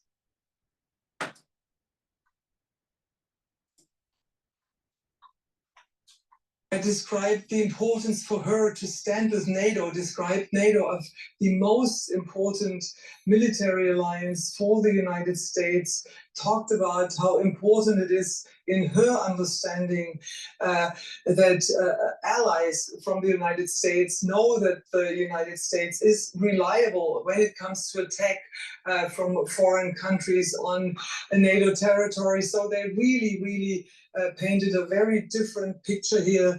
Donald Trump basically just promising something without any proof that he would end this war, and Kamala Harris underlying the importance of the NATO alliance. That's our Washington Bureau Chief, Ines Paul. Ines, thank you very much for that wrap-up. And we've got double coverage too from the debates watching parties in Philadelphia. DW's Janelle de Milan is at a Democratic event. Benjamin Alvarez Gruber is following the Republican side of things. Welcome to both of you. Janelle, we'll start with you. Obviously, the Democrats are going to think Kamala Harris is the clear winner tonight. I'm assuming that, but tell us, what's the reaction been there? Jared, I know it's hard to believe looking at what you can see behind me, which is not very much, but I swear minutes ago there was a very lively Democrat debate watch party right here. And you're right in saying that, of course, many of them would say that Kamala Harris was the clear winner of that debate. Has to be said beforehand, though, that many of them were aware that Harris had a very high bar to clear, a higher bar than Trump even. She had to play to her strengths and being methodical and prepared, but also be able to pivot and be spontaneous and respond to Trump's attack when that was necessary. She had to be able to maintain her composure without getting rattled. And in the first 20 or 30 minutes, you could see that. I feel that Trump didn't hit on all cylinders, and you have a almost brain dead voter bloc for the Democratic Party, and they're going to manufacture the perception of her being more popular in the United States. So if there's impropriety with the election cycle this year, it'll be more plausible, because it'd be less plausible if there was a huge difference in the polls between Trump and Harris. But if it's tight, then it's more plausible if you play around with the numbers. And this is the reason why Michigan and Pennsylvania need to hold the line for the Democratic Party. Not the Democratic Party. Hold the line for the Republican Party. Let me rephrase that, all right? I said it the wrong way. The Michigan and Pennsylvania need to hold the line for the Republican Party, not the Democratic Party. But I'm afraid, and I'll be totally honest, I'm afraid that Michigan and Pennsylvania will go Democrat this election cycle. Now, maybe because of impropriety with the votes, or maybe it's just that you got a lot of stupid people voting Republican or voting Democrat. I don't know. But the problem here is that we need to hold, if you want to prevent socialism, You need to hold the line in Michigan and Pennsylvania. It's really important. And that means by holding the line in Michigan and Pennsylvania, you're going to get Trump into office and slow down the erosion of our constitutional freedoms and slow down the erosion of our economic system, because the Democratic Party wants to push us towards socialism. So Michigan and Pennsylvania need to be holding the line for the Republican Party. I just can't stand this crap anymore. I just.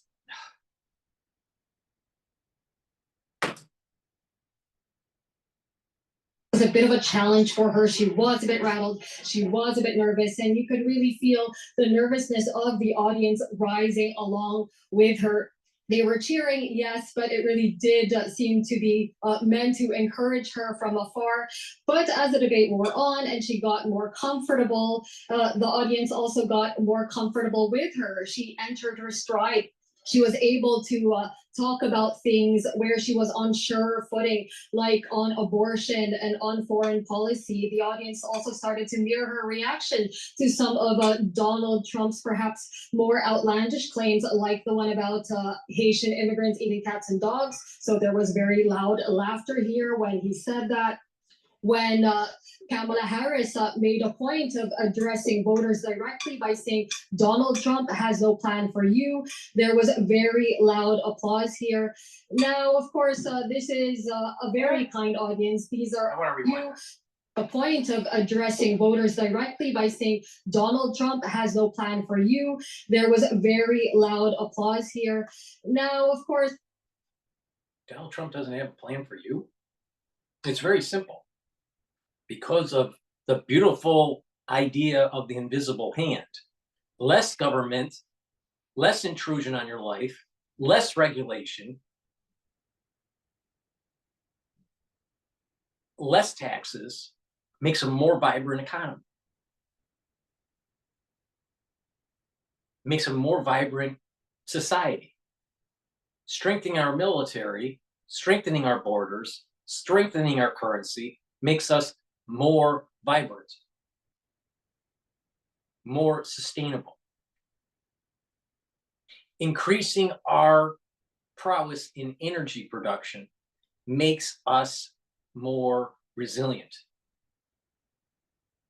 Those policies are Trump policies. And through the invisible hand, your life is going to get better. But through Kamala, what she wants is top-down control of the citizen. Do you want an administrative state controlling your life? Because that's what Kamala's pushing for. That's what's at stake here. But the dumb American out there, they want to go, what are you doing for me?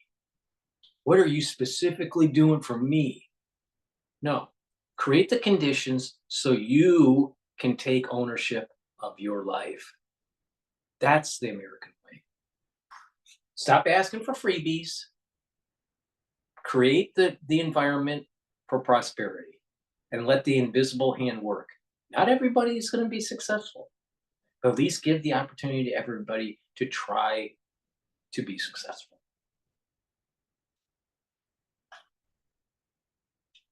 So you don't have to go, I'm going to do this, this, and this for you. Because that's socialism. That's top-down control. That's social engineering. That's an administrative state. And by the way, administrative states aren't really all about liberty and the pursuit of happiness. See what I mean? This is a very kind audience. These are all majority Kamala Harris voters already. And it really does remain to be seen whether she will be able to reach those undecided voters, especially if those 20 or 30 minutes in the beginning of the debate are going to be what most people see. Thanks, Janelle. Over to you, Benjamin. I guess it's safe to assume, on the other hand, that Republicans thought Donald Trump came out on top. What's been the reaction there where you are? That's right. That really liked when he spoke about migration. And behind me, you can see there still is some recording. There's a studio from Fox News. Many of the attendees have also are also there now to visit, also to take pictures with the panelists there. There was some moments also where there was a lot of applause and a lot of laughing here. One of them was when Donald Trump says that Kamala Harris has no policies and that he wanted to bring her a MAGA hat that we see at many rallies and that also many of the attendees had here. Also a lot of laughing and applause when he attacked Joe Biden. And of course, the mood was different here compared to the last event, but that was not to the debating from Donald Trump, who is an expert, as we have heard and as we've seen over the last presidential debates, but also it was rather due to the fact of the bad debate performance from Joe Biden.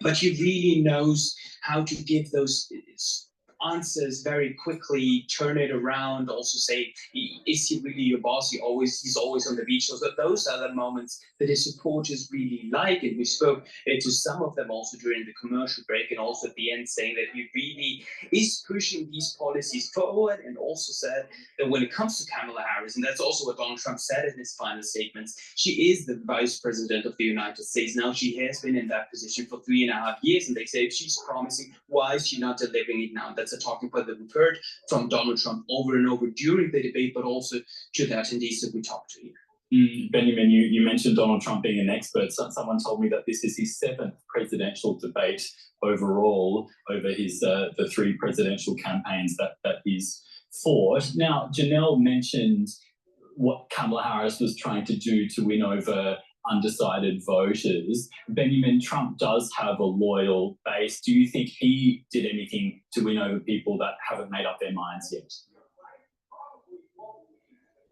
So those who were at this watch party here were definitely East Harbour fans, but that's also interesting. We spoke to one of the attendees here who said that he thought that Kamala Harris was having a better debate than Donald Trump, that he's a Republican, but that this time he would vote for Kamala Harris. And that's also what she said during the debate, from Republicans supporting her, endorsing her instead of Donald Trump. So those who are here are really his hardcore supporters. It will be also interesting. We'll try to talk to others who are still undivided, who said, okay, let's look at this debate, let's look at the policies that they presented, and let's also look what they post on social media. And both Ines and Janelle have spoken about these rumors, about this lie about migrants allegedly taking away pets, cats. It's really simple. Go down and see if there's some weird thing going on with the pets and the animals. Investigate it, if it's happening or if it's not happening. Secondly, ask Kamala, is it okay to have a late-term abortion or at-term abortion? What's your policy? And if you really want to pay attention to what she's saying, she's willing to kill a baby at term. Not right. That's not right at all. And eating them. And that's also something that was fact-checked during the debate, but that's interesting because that's the Trump that we also know. He posted 2 AI, so artificial intelligence generated images, one where he was having a lot of cats on his private jet, another one showing cats with weapons. And of course, for him, it's also an opportunity to move, to change the topic to things that he wants to put on the agenda instead of answering other questions from the 2 presenters from ABC that were also criticized here. We spoke to some attendees and they told me that they were rather biased to one candidate and not to another by fact-checking Trump and what they say here, not fact-checking Kamala Harris. So much to talk about, but unfortunately we're out of time. Benjamin Alvarez Group and Janelle de Milan, thank you very much to both. So Bloomberg here is like saying, well, Trump's media company, all right, is selling off, right, after the debate. But so is the whole market. So maybe it's because the whole market's selling off that Trump's media is selling off too, because they're maybe correlated. See, you got to really pay attention to how the media frames an argument so they can try to put in your brain a certain mindset. They want to manufacture a certain consensus. Amazing. Amazing.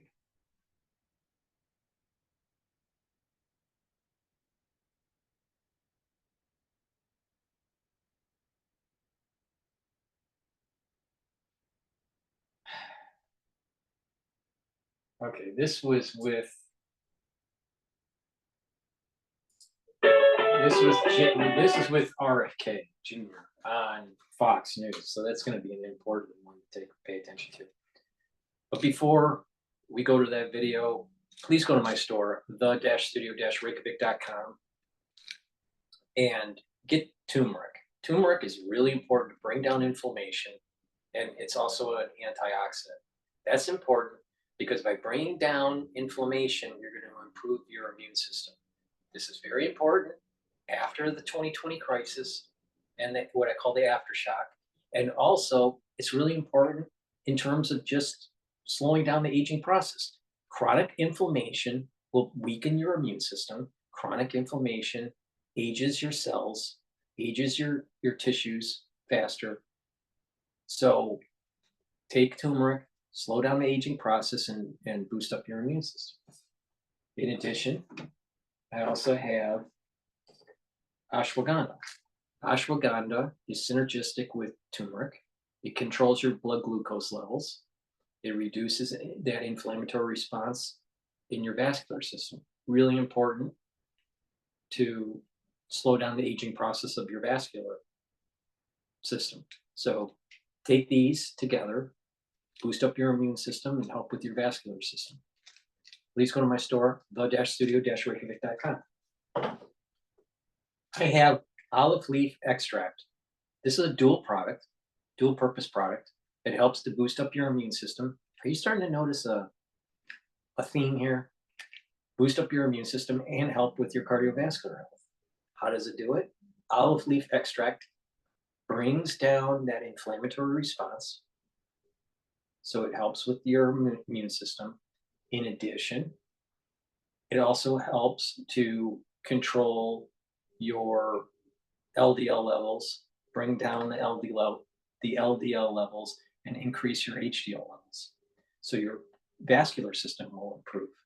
So please go to my store and get the olive leaf extract, a great product. It's a dual purpose product that you can take every day to help boost up your immune system and help with your cardiovascular health.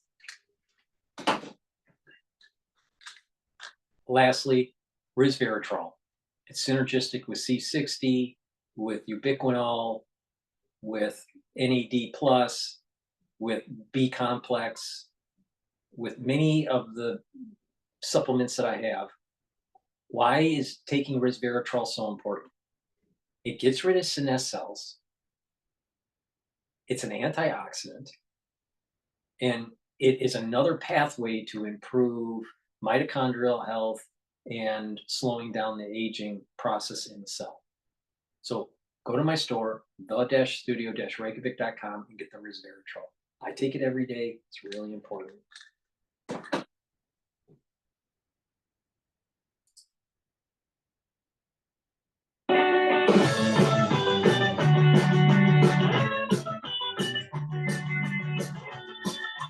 All right, one issue that did get a lot of attention from ABC's far left moderators was the weaponization of our Department of Justice. Donald Trump still made it a point of emphasis. Take a look.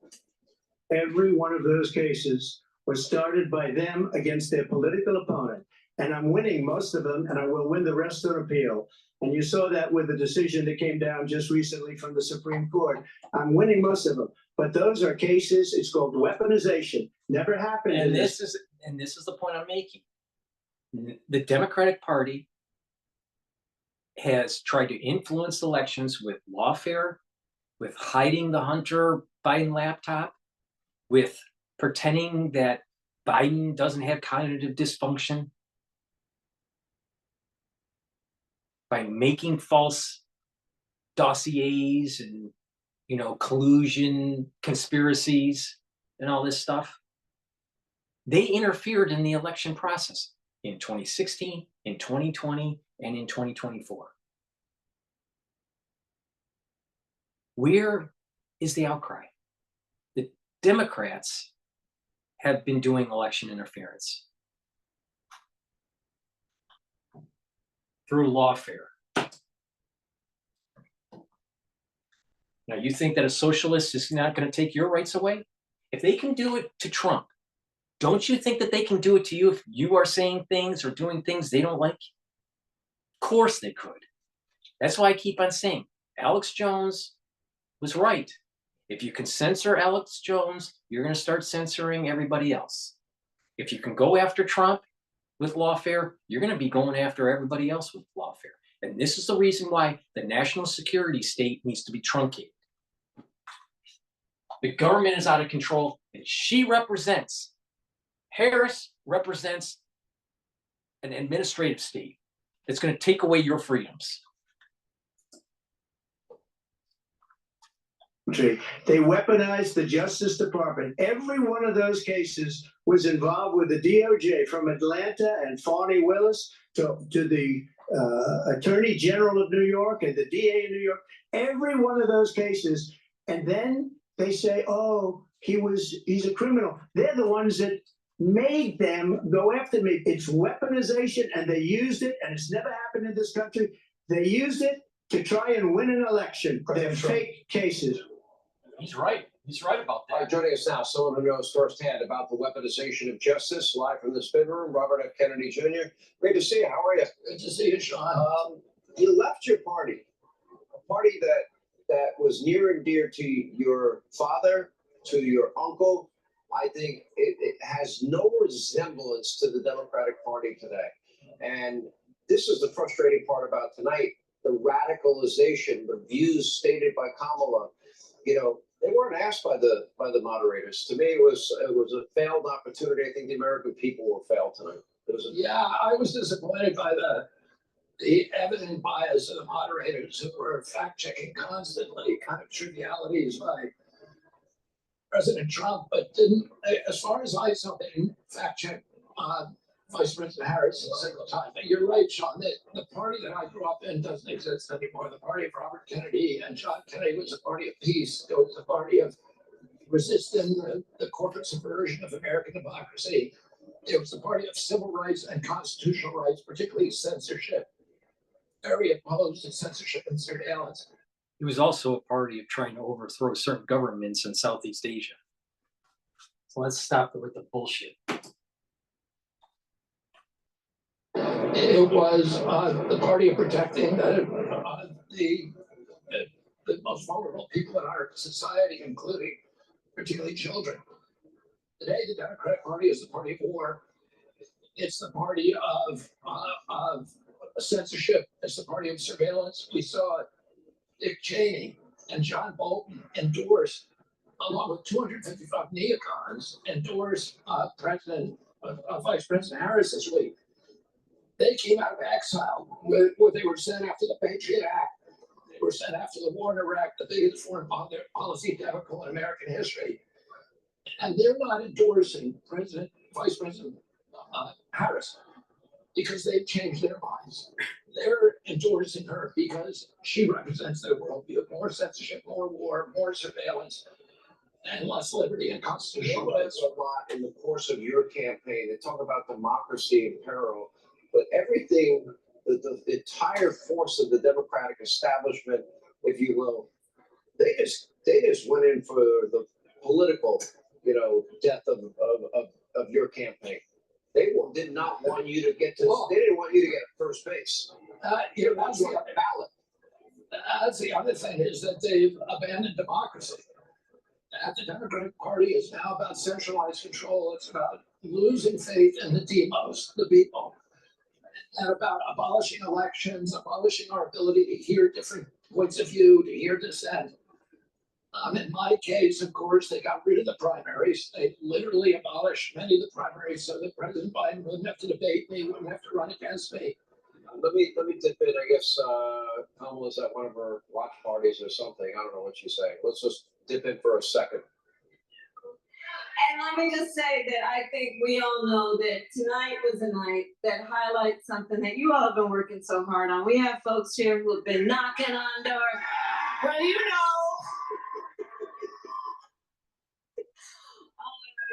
Well, but we have a lot of work to do, okay? And tonight, I think, highlighted for the American people what's at stake. I started the debate by talking about it, and it became apparent, I think, throughout about an hour and a half, that So obviously she's going to go out there and her team. The thing that I learned about her tonight is, you know, being hidden away for days and days and days on end. You can learn your rehearsed lines, and it doesn't matter if you tell the truth because she wasn't fact checked. She told a lot of lies about Trump in 2025, lies about mandatory gun buybacks, which she did support, lying about fracking, lying about a national abortion ban that Donald Trump doesn't support. And you know, it's hard when you've got 3-on-1 like that. But that's what I expect. She's been in this campaign 50 days. We only have 56 days till election day, but early voting, for example, I've been pointing out tonight, starts right here 1 week from tonight. There's a lot of information about her stated views in her own words that people don't know about. What would you advise the Trump people to do? Here was the most telling part of the debate today, which she didn't get fact checked on. The first question: are Americans better off than they were 4 years ago? There's no metric that you can use to make that case. And she was allowed to then go and give this kind of biographical sketch of herself without ever asking that question. And they never demanded that she ask it today. Hey, Sean Hannity here. Hey, click here to subscribe to Fox News YouTube page. CNN interviewing Pennsylvania undecided. The secret to the perfect bread? Add moisture. The new Miele ovens use Total running time for each presidential candidate after tonight's heated Harris-Trump debate wrapped up a little while ago. Former President Trump speaking just under 43 minutes, Vice President Harris speaking just over 37 and a half minutes. Plus, we just got the first results from our instant poll. Debate watchers, stand by for that. Before we do that, please go to my store, the-studio-reykjavik.com, and get vitamin D3. Very important for gene expression. It also helps to absorb calcium. You need good gene expression to have proper cellular metabolism, proper cellular processes. In addition, D3 is very important to help with your bones. It also is very important to help with your cardiovascular health. And it will help to get rid of infected cells by activating apoptosis. Really important, especially during the cold season. So please go to my store, the-studio-reykjavik.com, and get vitamin D3. A lot of people can't sleep because they're worried that CNN is going to promote Kamala into the White House and that we're going to have socialism and World War III. Please go to my store, the-studio-reykjavik.com, and get the Good Night Formula. Why? Because this will help you get 3 cycles of REM sleep a night. It'll help you to consolidate memory, and it will, when you wake up, you'll be well rested. So please go to my store, the-studio-reykjavik.com. Right back. Or no, actually, we'll keep going. We're getting the first reaction to the debate from our focus group from voters in the battleground state of Pennsylvania. Phil Mattingly is with them in Erie, Pennsylvania. So tell us who you're with and what they're saying about the debate. Yeah, Anderson, we talk about how critical Pennsylvania is for each candidate's pathway to 270 electoral votes. We're here in Erie County, Erie, Pennsylvania. We're sitting currently at Mercyhurst University, been a wonderful host for us.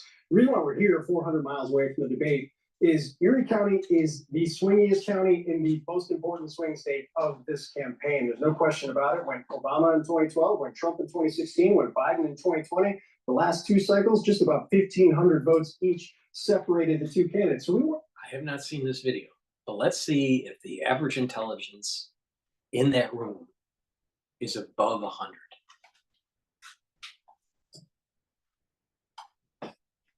Ask voters who have not made a firm decision yet who they want to vote for, what they actually saw in this debate. Now, these are voters that have in the past supported Republicans and Democrats. They have in the past shown support for former President Trump or for Joe Biden. But coming into this night, they told us that they had not made up their minds yet in this election. So just to step back a little bit, show our focus group 2 people, Erie residents, again, most important state, most important county in that state. We asked for a show of hands before the debate who hadn't made up their mind yet, but thought this debate may determine where they would go with their vote.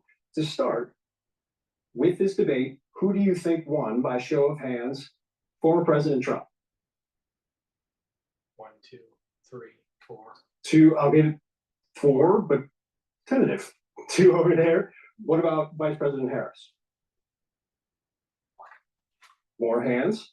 For those of you who thought this debate could be determinative, how many of you have made up your minds based on what you saw tonight on stage in Philadelphia? Raise your hands. All right, I want to ask you why. What did you see that brought you to a conclusion? I think it's important to remember that we are voting for the leader of our country and not who we like the most or who we want in our wedding party, but who is actually going to make our country better. And we're in an incredibly unique situation where we've had both of the candidates in office before, and we've gotten to see what they do. And when facts come to facts, my life was better when Trump was in office. The economy was higher, inflation was lower, things were better overall. And now with Kamala's administration, things haven't been so fantastic. And she's saying she can fix the problems that her administration has caused, but I just don't know if I can afford to take that risk. Were you leaning towards the former president coming into tonight? Probably. And did you vote for him in 2016 or 2020? I did. So decision made there. What did you think? As to who I would vote for in this election, I strongly felt Kamala was more optimistic, more respectful.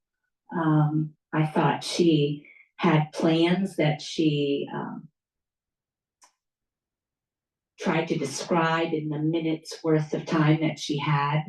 I mean, they really were limited with their time. So I don't know, I just felt more strongly for her. She doesn't have a policy. It's all empty.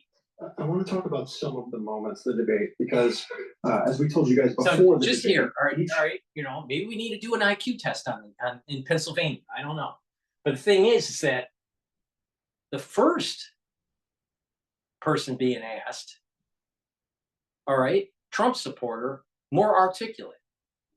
Kamala supporter, older, less articulate.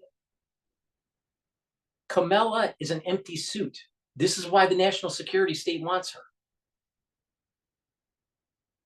The Trump supporter, younger, more articulate. All right, pay attention to that. And it was about economy, metrics that you can actually measure. You can go and see, you know what, inflation is this on this day. The deficit is this on this day.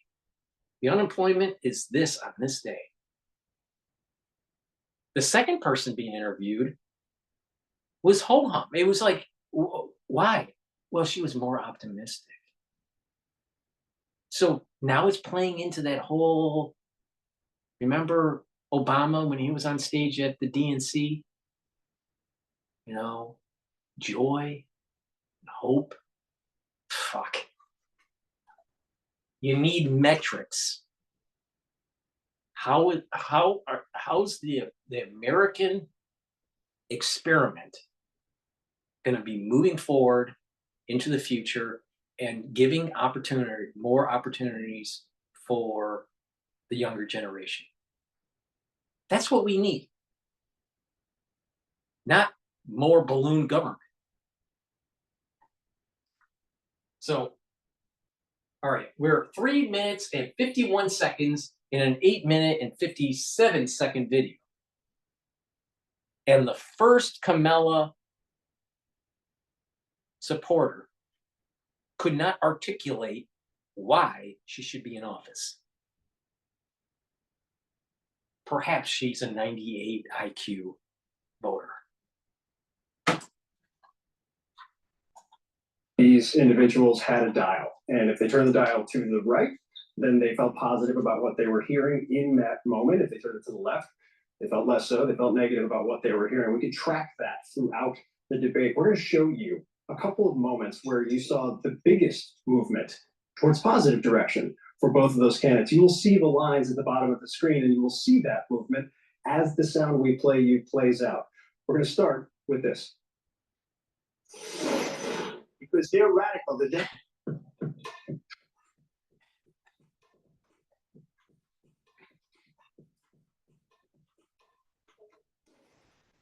they're radical. The Democrats are radical in that And her vice presidential pick, which I think was a horrible pick, by the way, for our country, because he is really out of it. But her vice presidential pick says abortion in the 9th month is absolutely fine. He also says execution after birth. It's an execution, no longer abortion, because the baby is born, is okay. And that's not okay with me. Hence the vote. Trump abortion bans that make no exception even for rape and incest, which understand what that means. A survivor of a crime of violation to their body does not have the right to make a decision about what happens to their body next. That is immoral. And what? It's a state right. It should be voted by the people at that state level. Now, I personally think that whole issue with, if a female was raped and all that they should be able to have an abortion. But you're not going to carry that to 3rd term. You're going to do that in the first few days, or at the max, the first trimester. You're going to have the abortion. So that there should be provisions to allow that. But the problem here is that Democrats don't want this solved. They don't want it solved because they want the female voter, one issue voter, to continually voting Democrat. Does not have to abandon their faith or deeply held beliefs to agree. The government and Donald Trump certainly should not be telling a woman what to do with her body. For that sound, obviously, that moment was a critical moment, not just for the debate on one of the critical issues of this campaign on the issue of reproductive rights and abortion, but it was also one that garnered significant reaction from our folk. What about the rights to live for a child that is not born yet? Shouldn't they have some rights? That seems to be immoral to take away that right of life. But you're trying to give some middle ground. The answer is a middle ground approach. The ultra religious probably are wrong on this. The ultra liberal is wrong on it. There's a middle ground. What I want to ask about right now, for those of you who responded positively to Vice President Harris's answer, tell me why. Because you want abortion. Yeah, please. I responded positively to her answer because I do struggle with the abortion issue, and I don't know that she and I agree, but I don't know that, like she said, that she can't articulate should be in charge of people's decisions.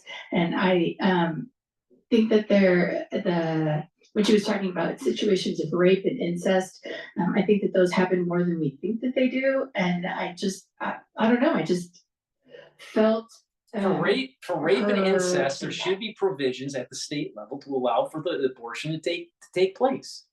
It's that simple.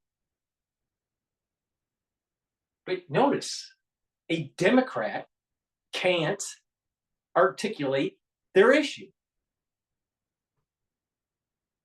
She might even be a 97 in the IQ. Yes. And response, and that she would carry it out. And that resonated with you in the moment. Yes, it did. Who else had a positive response? Go ahead, please. I felt like it was her most genuine and passionate that I saw her pretty much throughout it. I didn't necessarily agree with what she was saying, but my favorable reactions were because it was nice to see the passion and believability that she stands behind, and then have something to gauge more of what she says on, since she hasn't. Let me get this straight. I'm not fully aligned. This is what she said. I'm not fully aligned with what she's saying, but she just seems more believable. It's all about this. Harris is a candidate of fluff, and she still can't even get it out of her mouth. Now she probably is a 98 IQ. What the hell's wrong with Pennsylvania? solidly about a lot of issues. And I think what's been interesting, again, following how you guys were tracking the debate, which is a fascinating experience. And I should know, nobody in this room has been listening to the post-game coverage. Nobody in this room has been listening to the analysis. We've actually all been talking amongst ourselves. It's been a really great conversation. There was another critical moment, and this was Donald Trump's best moment based on your guys' responses. And it was when he was discussing Afghanistan. Listen. We're getting out. We would have been out faster than that, but we wouldn't have lost the soldiers. We wouldn't have left many Americans behind, and we wouldn't have left $85 billion worth of brand new, beautiful military equipment behind. And just to finish, they blew it. The agreement said you have to do this, and they didn't do it. They didn't do it. The agreement was terminated by us, because they didn't do what they were supposed to do. So that was the former president talking about the Afghanistan withdrawal, where 13 U.S. service members were killed in that chaotic process. You're a veteran. There are obviously personal feelings here as well. That answer, and it's been an issue that he's talked about constantly on the campaign. What stood out to you for him? When I first heard that we were abandoning or we were withdrawing from Afghanistan, and the way it was happening, I had my Kennedy moment. It was very similar to when we decided to invade Iraq back under President Bush. And when I saw that we were leaving that amount of high-tech equipment in the hands of our enemy, and later that day or later that week, I saw on the news where them celebrating with our guns in their hands, I realized what a travesty that was. In the loss of money in that we abandoned when we left, plus the very bullets that we left there that they were shooting at us as we flew away in the planes. Now, you notice the Trump supporters sounded a lot more articulate than the Harris supporters. And here's the whole idea. Less government is good government. Less taxes is good tax policy. Less regulation is good regulation. When you overregulate, your economy isn't as vibrant. A over bloated administrative state is an inefficient government and needs to be truncated. On top of this deep rooted system of the national security state. Those roots need to be pulled out. The CIA needs to be truncated. The FBI needs to be truncated. We need to really go after these people that try to weaponize the judicial system to go after political opponents.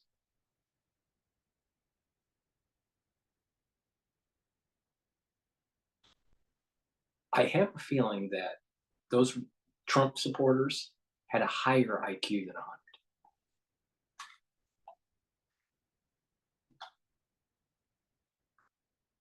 Amazing. It's absolutely amazing. Please go to my store, the-studio-reykjavik.com, and get the probiotic. It's a powdered form. You mix it with your food. I take it every day.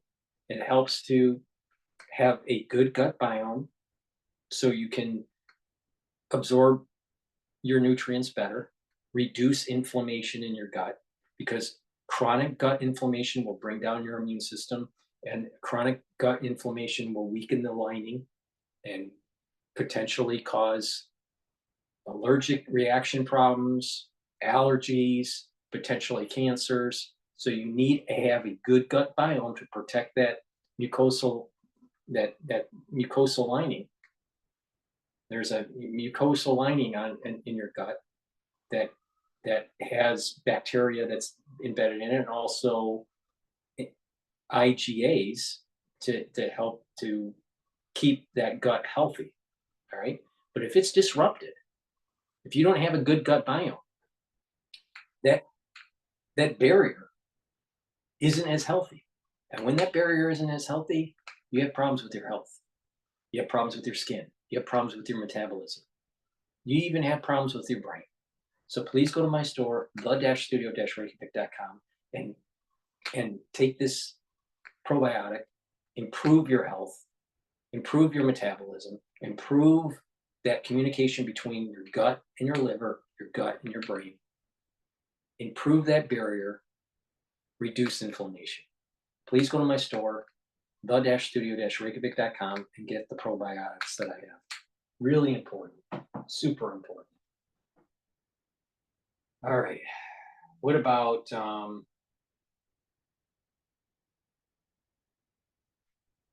right, this is CBN News. This will be interesting to see what they have to say. Joined by CBN's David Brody, who was at the debate last night in Philadelphia. David, I mean, the opinions on who won this debate are flying everywhere. And Trump saying it was 3 versus 1 there, with the moderators kind of chiming in and fact checking only on a couple of things he said. What were your big takeaways from last night? Well, there were 2 losers in the debate last night, Donald Trump and ABC News. And I think it's in that order. That was a bad debate for Donald Trump. Look, here's the bottom line. He got distracted. She got under his skin, and the insults and jabs that she was doing were strategic, because they weren't just kind of, throwaway jabs and insults. She was getting personal. She was talking about his rallies. She knows how important those are. Talking about how he's a disgrace. That was the word she used regarding world powers, the way they see world leaders. And then she talked about how 81 million people voted to fire. It got very personal, and that was done intentionally, because guess what? It worked. She got under his skin. He got angry and frustrated. He was yelling, or he was very animated. He was frustrated for about 90% of that debate. So, that is not a place where Trump needs to be. And so what does that mean tangibly as it relates to what he did not do on stage? Well, he wasn't laser focused. We talked about how he needed to be, and he wasn't. As a matter of fact, not only was he not laser focused, he missed several opportunities. I mean, I'll just give you one example. And I know we talk about immigration a lot, but for example, he never brought up the fact that Kamala Harris was against a border wall back in the day, and now all of a sudden she's running pictures of Donald Trump's border wall inside of her campaign ads. Instead, he's talking about immigration stuff related to eating cats and dogs and Haitian immigrants in Ohio. Look, if you're talking about eating cats and dogs and Haitian immigrants, you're losing the debate. And the truth of the matter is, Dan, not only that, but in the spin room afterwards here in Philadelphia, Vivek Ramaswamy and Laura Trump and others all talking about how ABC News was so unfair. Well, guess what? They were. But if you're talking about, if you're blaming ABC, then that says something. That says that you lost the debate. Here's another thing that says they lost the debate. Even though Donald Trump says he won the debate, he said it was his best ever. I mean, we should expect Donald Trump to say that. He came into the spin room afterwards. Look, if you win a debate, you don't come into the spin room. You come into the spin room as a presidential candidate if you lose the debate. And that's what he did. So he can spin it all he wants, but I'm sorry, guys. Look, I know there's a lot of diehard MAGAs that watches. I know there's people that are non-MAGAs that watch. So, we have a whole wide swath. I agree with what he's saying, because that's the impression I had. Trump missed a lot of opportunities. He underperformed, and Kamala overperformed expectations. Big problem. Now, diehard Kamala fans, they're not going to change their vote. Diehard Trump fans, they're not going to change their vote. It's the independents.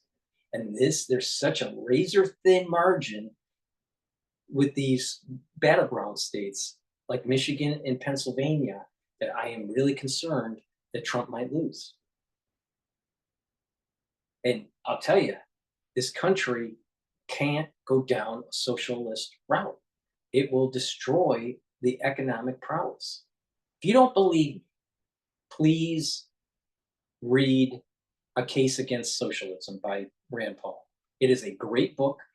It really goes into the details of why Bernie Sanders is crazy and why Kamala and AOC are crazy.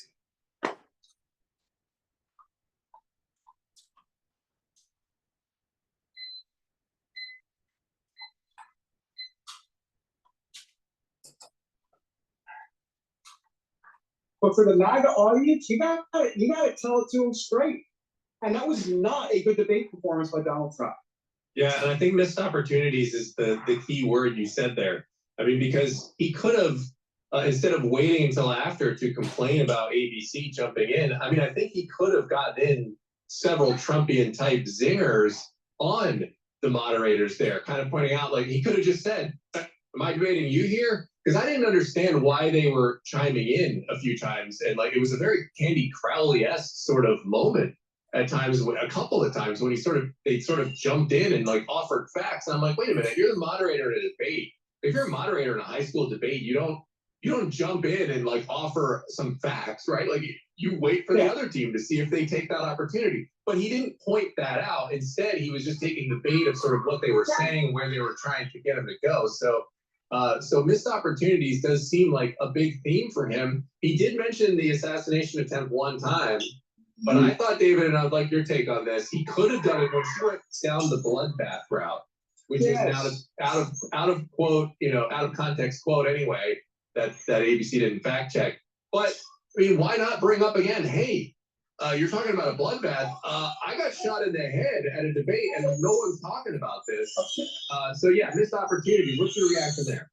Well, Dan, you're on to so many great points. I don't even know where to begin. Let's start with the bloodbath comments. You're right. ABC News should have fact-checked her right there in that moment. That was not accurate, and they needed to say it, and they did not. They were fact-checking Donald Trump all the time in real time, at least 4 or 5 times. Kamala Harris, however, said that Donald Trump had talked about very fine people on that day in Charlottesville. Please go to my store, the-studio-reykjavik.com, and don't be like an NBC moderator and get my clarity factor. It's the-studio-reykjavik.com. Clarity factor gets rid of brain fog so you can be an informed citizen. It helps you to concentrate on your work, on school. If you're retired, it'll help those neurons to fire and so you can concentrate. And by challenging your brain and learning new things and having a proper diet and having proper exercise, you're going to improve the neural health. When you improve your neural health, you're going to have less neural degeneration.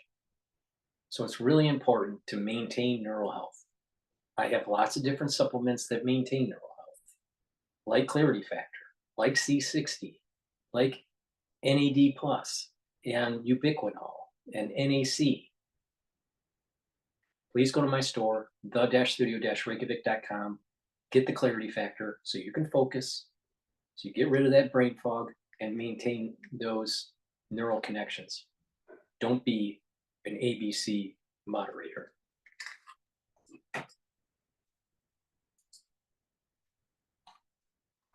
That has been debunked. Where were they on that? Where were they on the fact that she said that he's going for a national abortion ban? He said the exact opposite. Now, okay, you can make the argument that she should say that, not them, but not really. I mean, if she's going to say it as a fact, it's their responsibility as a news organization to say that it's not what he said. But Mr. President, would you like to explain that? The same thing on Project 2025. How many times are we going to hear about Project 2025? How many times does Trump have to say, no, I'm not for Project 2025?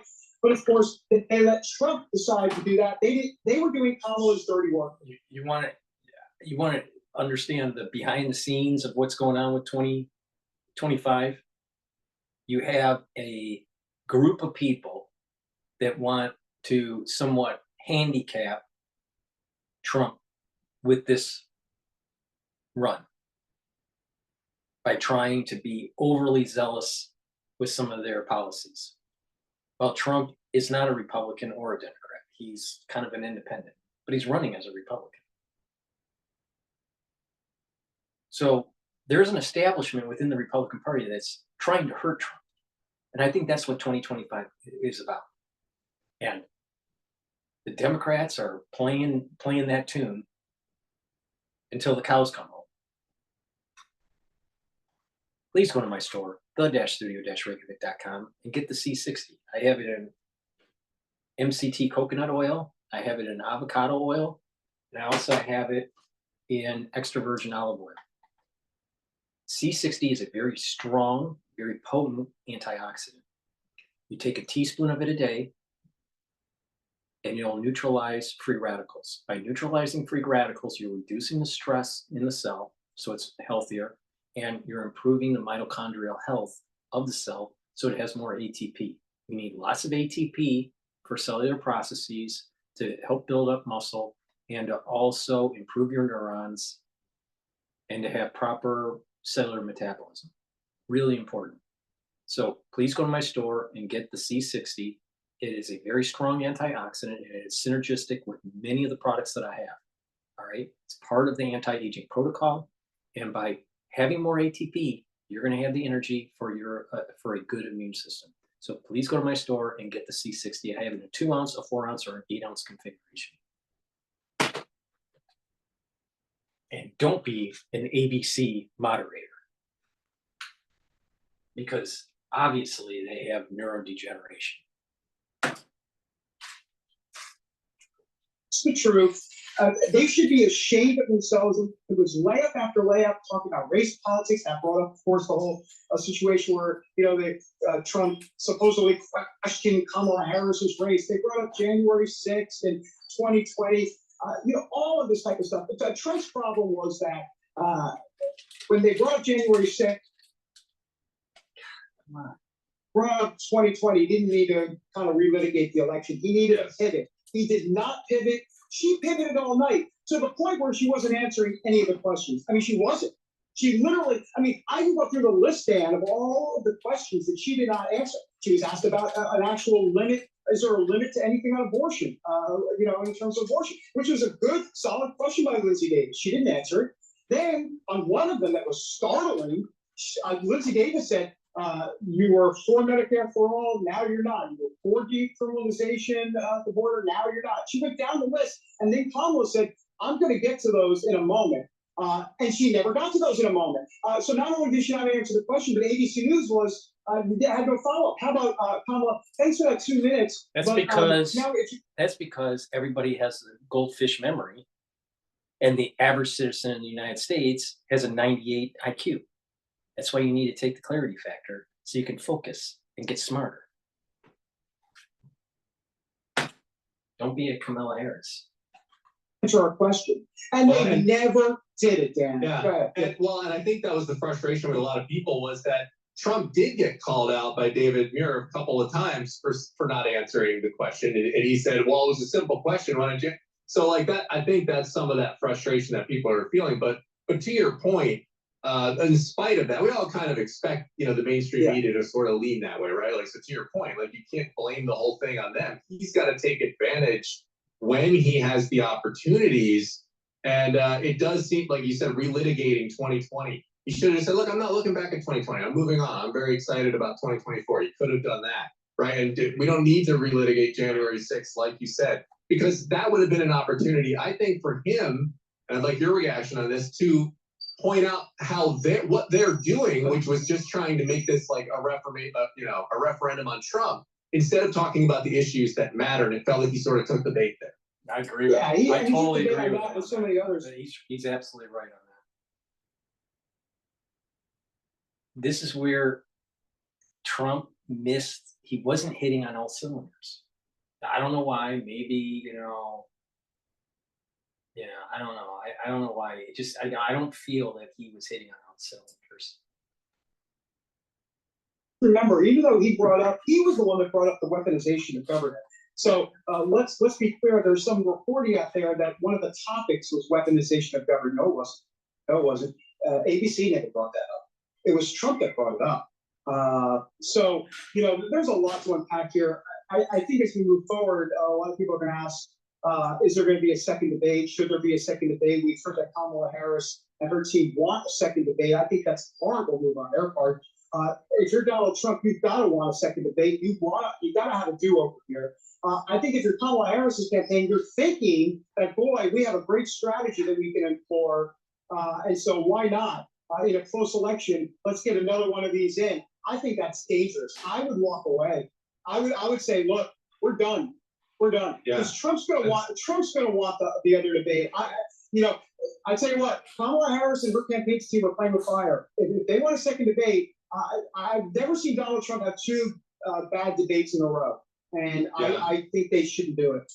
Right. I mean, you don't know what format it's going to be either, right? Like if they go, say, the town hall format, whereas we've talked about before, David, where Harris, but clearly she had memorized lots of lines and she, did fine reciting these lines. But if you're getting a lot of questions maybe from an audience and it's a little less where you have to, you have to do more of that explaining and more articulating, in a personal setting, maybe that won't go as well for her. And so, yeah, I mean, if she had, Kamala Harris cannot think on her feet.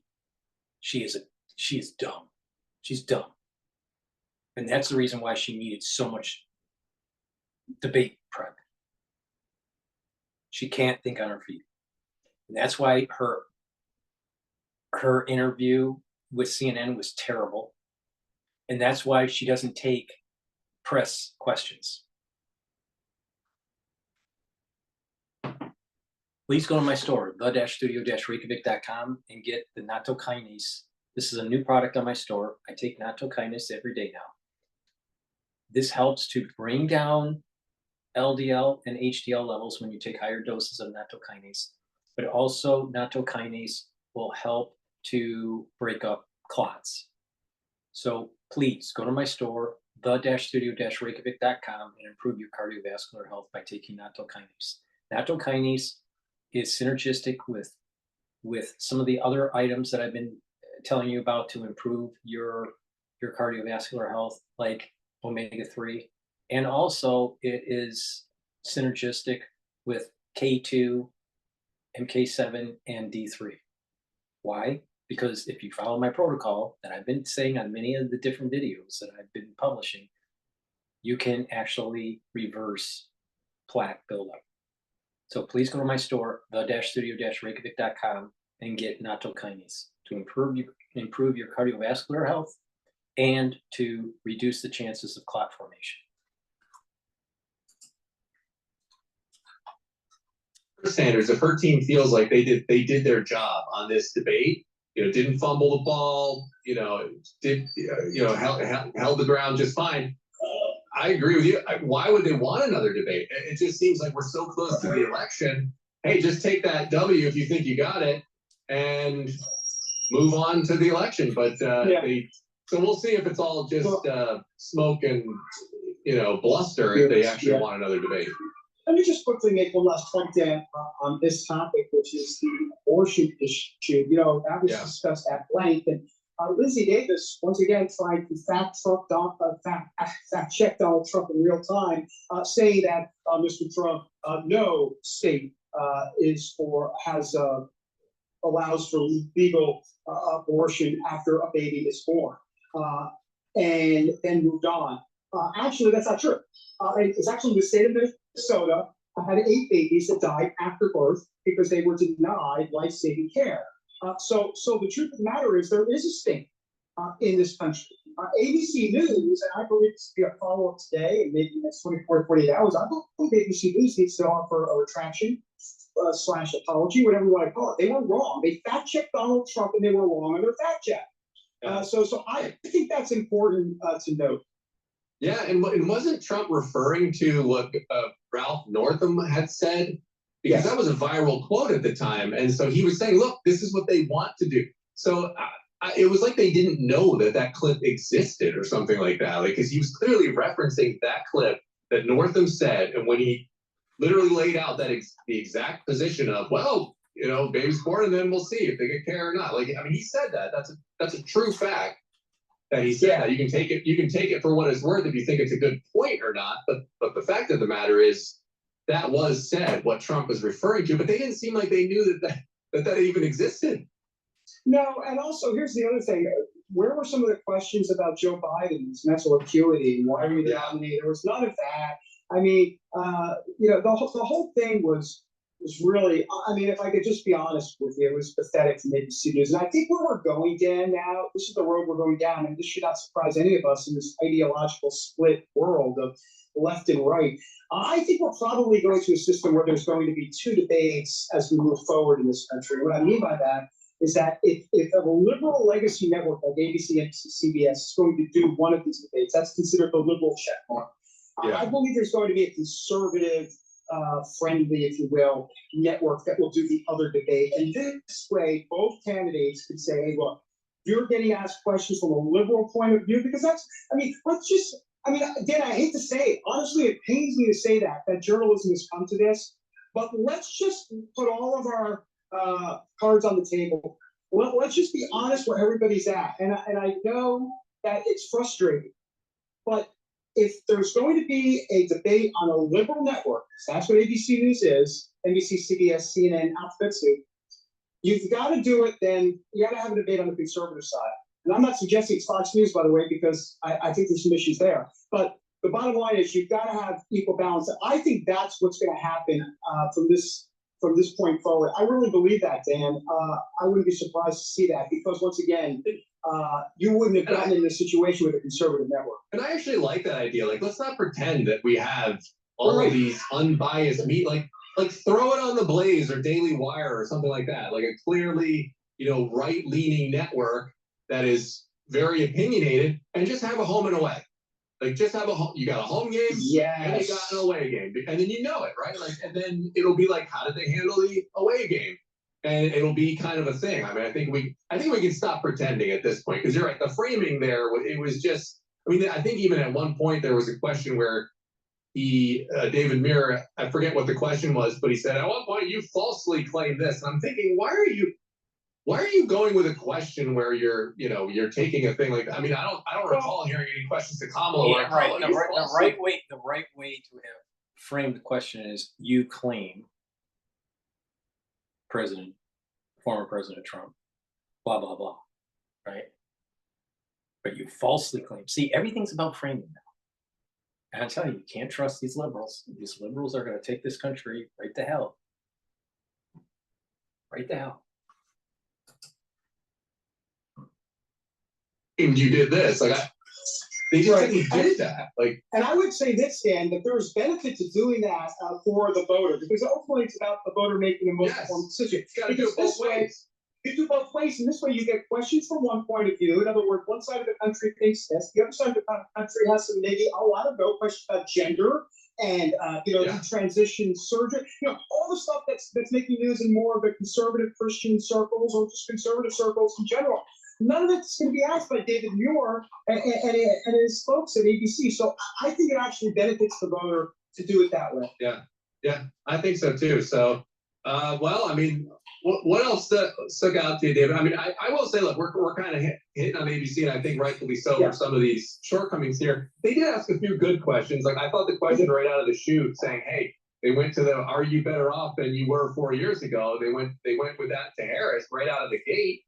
So there were a few good questions like that, but it's that fact-checking follow-up which kind of threw it off. Well, that's the problem, the follow-up. The question was fine, then when she didn't answer it, then the follow-up is, okay, someone thanks you didn't answer it because you didn't answer the question. Yeah, right. I mean, you can ask the question. So what are you doing? You're asking the question because you think that's a tough way to begin. Well, it's not tough if you don't ask the tough follow-up. Right. I will say one other thing to keep in mind. There was an Insta poll. Please go to my store, the-studio-reykjavik.com, and get the NAC. NAC is important to take every day. It helps to improve your glutathione levels. Your glutathione levels is a mechanism or a pathway to be able to soak up free radicals. So it's an antioxidant. In addition, NAC can help to detoxify your body, and it will also help with mental health. So please go to my store, the-studio-reykjavik.com, to improve your mental health, to raise your glutathione levels as a strong antioxidant and help to detoxify your body. So please go to my store, the-studio-reykjavik.com, and get the NAC. I have a new product. It's vitamin K2 MK7. This will help to improve your bones and your joint health, but it'll also help with your cardiovascular health. So please go to my store, the-studio-reykjavik.com, and get the vitamin K2 MK7. Ubiquinol, really important. It helps with increasing your energy. It helps with neural health. and it's an antioxidant. So please go to my store and get the ubiquinol. Ubiquinol is the active form for CoQ10. So you should be taking CoQ10 every day. I've been taking CoQ10 for years, actually decades. All right. So it's really important. So please go to my store, the-studio-reykjavik.com. It's synergistic with some of the other products that I talk about. Like, for example, ubiquinol is synergistic with C60. Ubiquinol will help with the neural health. So it's going to be synergistic with NAD+. All right. So ubiquinol, because of it helps with neural health, it's going to be synergistic with the clarity factor. So please go to my store, the-studio-reykjavik.com, get the ubiquinol. It's the active form for CoQ10. It's a very high quality product, and now I am able to offer it on my store. Go to my store, the-studio-reykjavik.com. Polls shake out here in the next couple of days. There was an Insta poll on CNN, of all places, right after the debate that showed actually Donald Trump increasing his lead on who's better able to handle the economy by 2 points. So pre-debate, post-debate, 2 points. And why? Because Kamala Harris didn't say anything. I mean, she doesn't have the robust plan. She has some talking points. The old, middle class tax cut, and I'm going to give money to, to start a home, and you're going to get taxed. Yeah, but talking about an actual detailed plan, she doesn't have any. So I think she was missing there on the policy aspects of not just that, but immigration. She had really no meat on the bone. She had a lot of style. And she did very well. She had a lot of strategy. She did very well. There were no word salad viral moments. As a matter of fact, exactly the opposite. I thought she was extremely strong. A lot of positives, but she didn't have policy. And so you go back to what voters are thinking about it. If it's about the economy and immigration, she gets stuck there because that might be where she falls flat come November in this election, because ultimately the economy and immigration are 1, 2, and those are not changing from a poll perspective. As a matter of fact, they're getting better for Trump. And that's why I keep saying I feel like the cake is baked a little bit. And if Trump wins, despite a bad debate, despite being off message, it's because those underlying issues really haven't changed, and they haven't changed for a while. Yeah, absolutely. All right. Well, CBN's David Brody there. So that's a cursory view of what news networks and talk show hosts think about the debate. I gave you my opinion. I'll do another video on this whole debate issue. Please go to my store, the-studio-reykjavik.com, and get the new product that I have in my store called NAD+. NAD+ helps to bring up your energy levels. It will help to repair damaged DNA, and it will also help to improve your neural health. So please go to my store, the-studio-reykjavik.com, and get the NAD+. Thank you for listening. Please subscribe to all my channels. All the links are in the description of this video. Please ask your social media to follow me so I can grow my channels. Thank you for listening. My country, the United States of America, is at a crossroads. Are we going to have capitalism? Are we going to have socialism? Thank you for listening, and have a nice day.